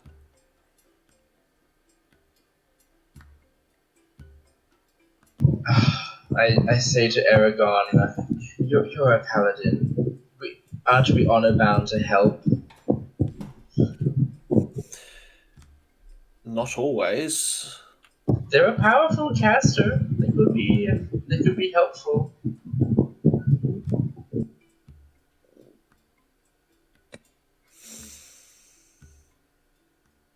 Well,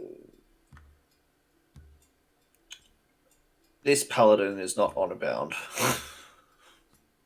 at this current time. I look at Jeffress and Riddle.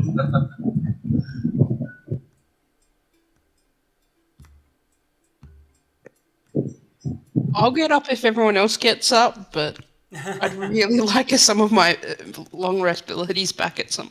Yeah. Because I just polymorph. I have a feeling it's going to be extra handy. No, I completely understand. How about this? Let's help her, and after that, we commit to a long rest.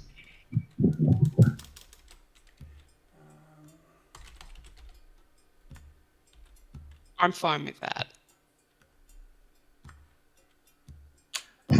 Give me 10 minutes. What happens in 10 minutes? My armor goes back on. Oh, right, yeah. 10 minutes to put armor on. It is heavy armor. Jacuz, what about you? Don't forget someone's missing a shoe. Same. I would need the same amount of time. All right. Oh, look. So now that you've been, most of you might not have noticed, but you've either been sort of sleeping over the last sort of 4 hours or just very, very lightly resting, and you've gradually maybe descended into the Evergloom. And so what I need you to do is 4 saving throws, wisdom saving throws. Well, it'll be easier actually if rather than everyone go piling into it. Aragon, you've got 1. Can you just do 3 more so they're all together?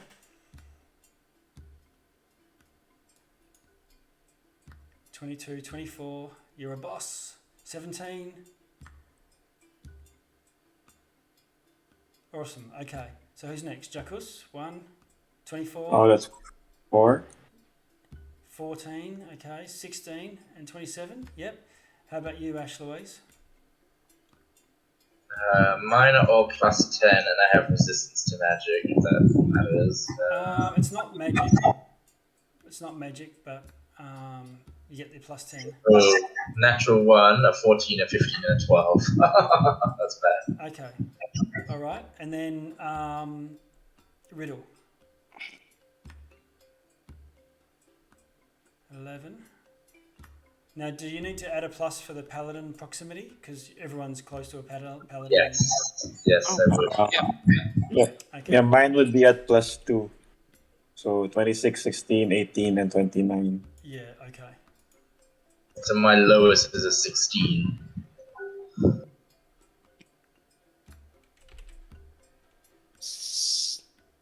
So what's the extra paladin bonuses again in total? Sorry, +5, I think.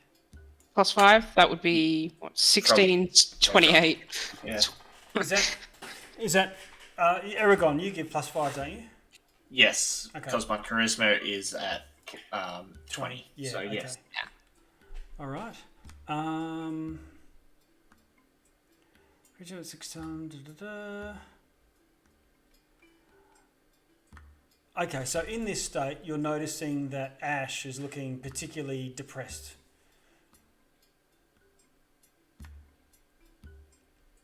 But the rest of you, and noticeably different to the other 3 of you.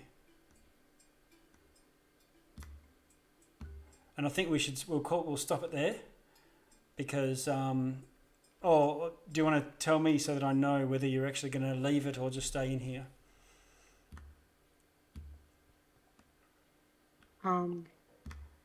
Riddle's going to step out and start throwing Eldritch Blast when we get back. Okay, all right. Which you can.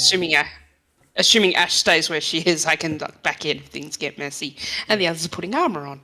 Yeah, okay. All right. Hit as many of them as possible. Okay. That's the plan. All right.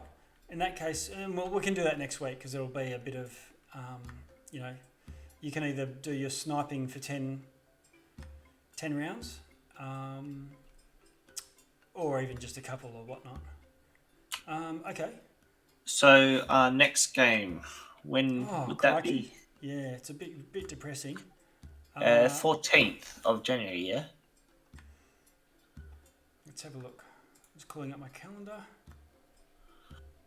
So we're on the 17th. It would have been 31st. So yeah, you're right, 14th.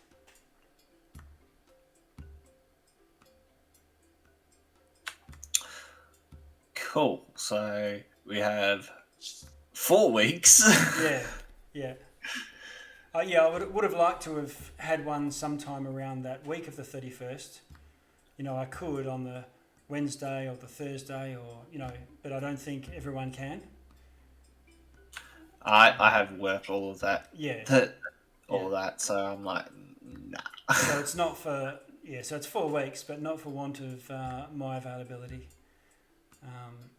But if some people can't make it, it's better, I think, that we go for everyone being able to. Next week might even be the last session, or at least, or maybe the second last session. You're very close.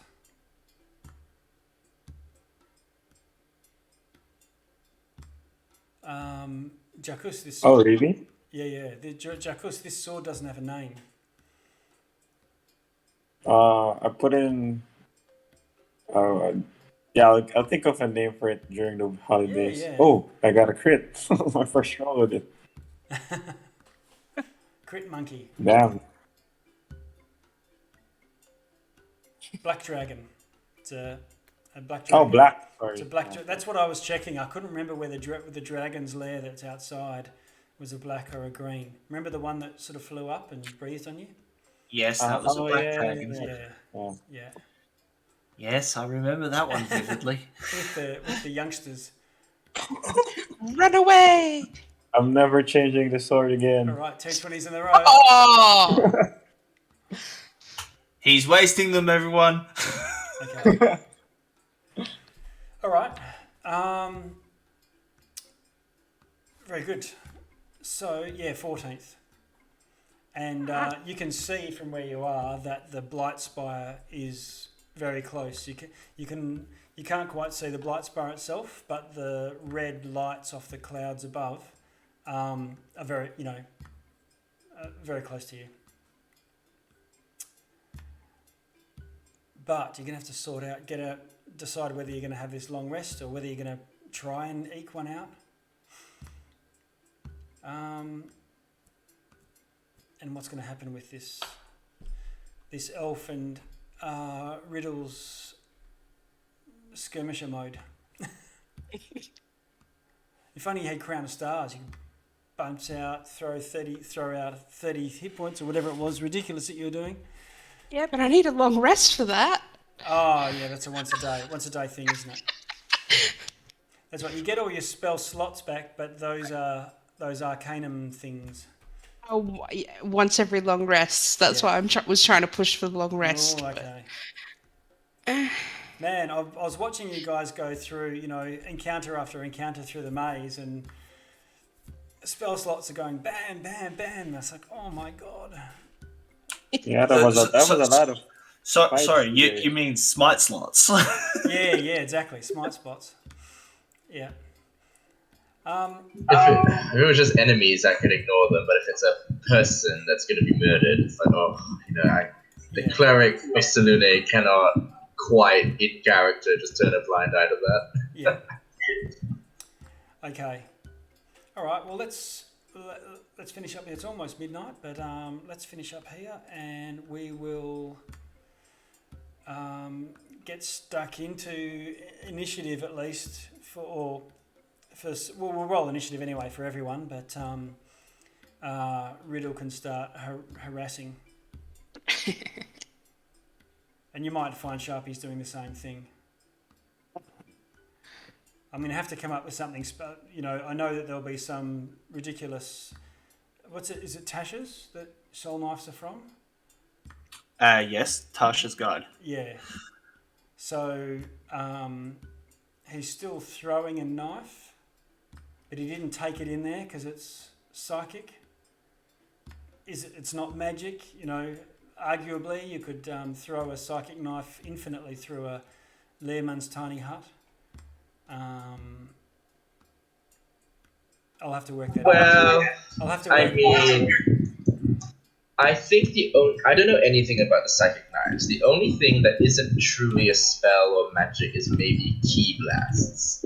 But I feel like if something says it doesn't allow spells or other magical effects, that's pretty, comprehensive. Psychic knives could be an edge case, like psychic knives and chi blast, but then again, that's also very gamey, isn't it? It's and that's why I'm not going to allow it. I'm very strict with the Leomans. You've had Banshee Whales go through. It's not a magic effect, and it's a natural ability. You've had Dragon Breath Weapon go straight through it. You've seen that before. Yes, I disagree, but yes, this is how it is now. Yeah, reading the psychic blades on that soul knife feature, third level thing, I can't see anything in there that says that they're a magical effect.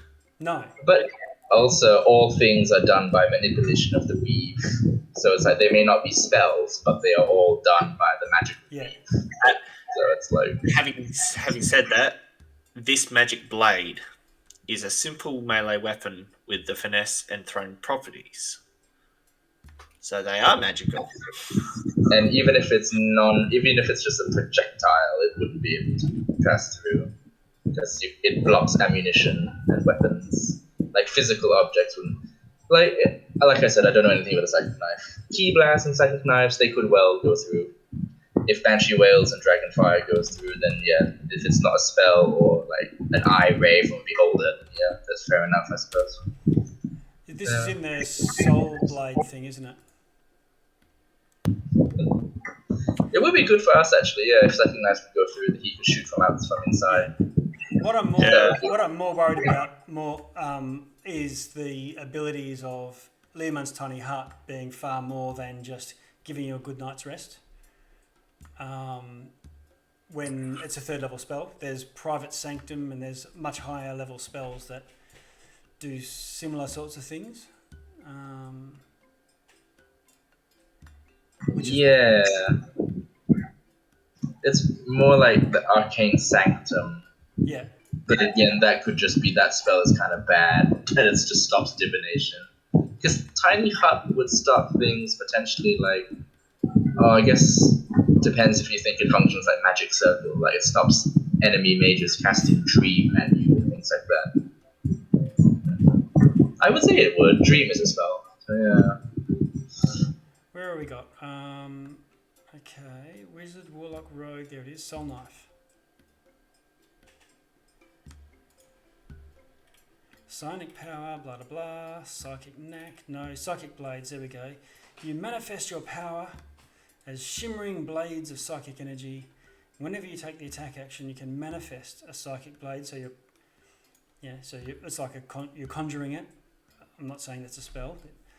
From your free hand and make the attack with that blade. So it wasn't in the place when the spell was cast.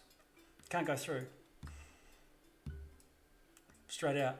If I go to That'd be great. hey? That'd be nice if you So- could throw blades out. Well, that's what I'm checking out. And if I look up Leomund's. Leomund?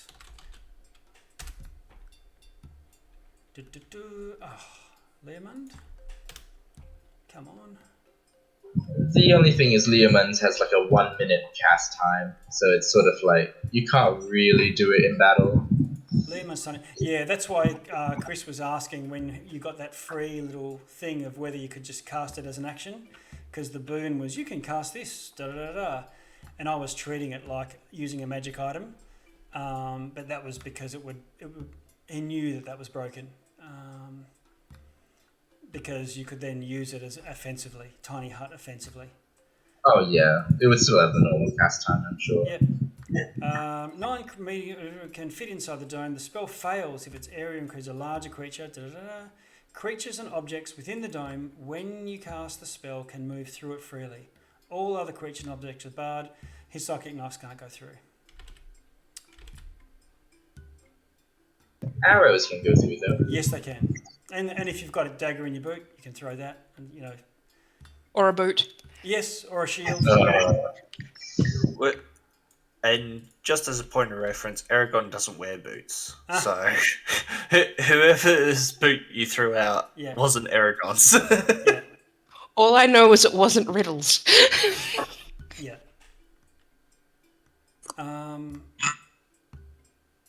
I think they're doing a lot with the addition changes to the addition. A lot of creatures that have got spell lists, they just give them, similar to a classed character, they just say they cast these spells once a day, or they can cast all these things. So yes, nice. it's just getting a little bit cleaner.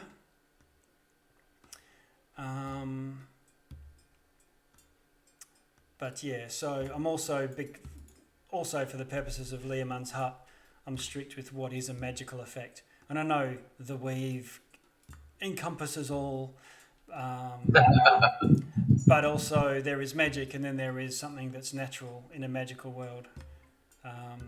The gaze of a Medusa. There's some things that I would say is magic and some not. And that's why I think mantle of spell resistance. Some give you saves versus spells, and some extend that to spells or magical spells or magical effects. Yeah, I got the good one. Yeah, The yeah, one. yeah. Ooh, thank goodness for that. Saved me many times. Yeah, they're very handy. As soon as you get advantage in 5e, it's a huge statistical bonus. Because often people roll above 10, they're often passing if they've got proficiency, or even hitting with a 10 once they've laid all their bonuses. And so, just on a natural die roll, half the time you roll below 10 and maybe miss or fail or whatever. As soon as you roll advantage, that cuts it down from half to quarter. So you're doubling your chances of hitting. That's just simplified. Doubling your chances of saving. Well, it's a +5 statistically. Yeah. It's not bad at all. Yeah. I'm straight out not... it doesn't really matter because I don't usually have Magic the Gathering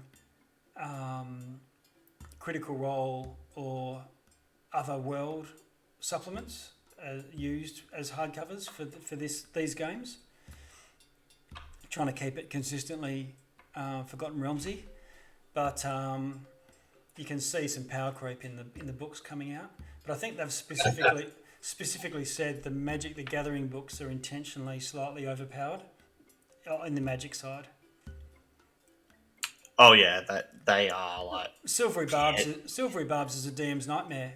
Any time to be able to, as a reaction, force a reroll means no one ever... As a first level spell. Yeah, it's insane. It's ridiculous. And after the dice is rolled, so there'll be no crits anymore. It's like no one ever fails when they've got Sharpie around, because you only really fail on ones, a lot of you, for most simple things. Yeah. So, Although we did a lot of nat 20s tonight. It was good. There were. Easier to forget that when you start rolling the nat ones, how many nat 20s they've also been. I just like the fact that Aragon has not been hit with a critical hit yet, but he can't dish him out either. You can't. Oh, you mean you're not rolling the 20s yourself? No. Yeah. Not one of my hits have been below 26. I think is the lowest. Is the highest I've ever gotten. Right. Yeah. Ominous Silver Protector, 26. Yeah. Well, you got to think about the odds though too, because like Eldritch Blast, there's 6 of those going off around. It's triple the chances of you of rolling a 20 with your 2 attacks, and Jacus is rolling 3, so he's got 50% greater chance of rolling a crit somewhere in there. Plus the trip attack makes me roll with advantage if it works. Yeah. So I haven't even been using my Channel Divinity yet for all advantage attacks, automatic. Right. Is that your once per long rest thing? Yeah. Yeah. The Paladin Channel Divinity. Right. Is this a Paladin of Vengeance action? Yeah. I love that one. The Enmity, Vow of Enmity. Yeah, Vow of Enmity is awesome. It's one of the best channel divinities that a paladin has. Yeah, and thematic too. I declare you anathema. I think the last time I used it was still with the boss in Chult, that big dragon thing. Yes, right. Ithilocantho. Yeah, I think that was the last time I used it. The Tempest. Yeah. Yeah. All right. I'm going to have to sign out. So I will catch up in 4 weeks. We will. Okay. Okay.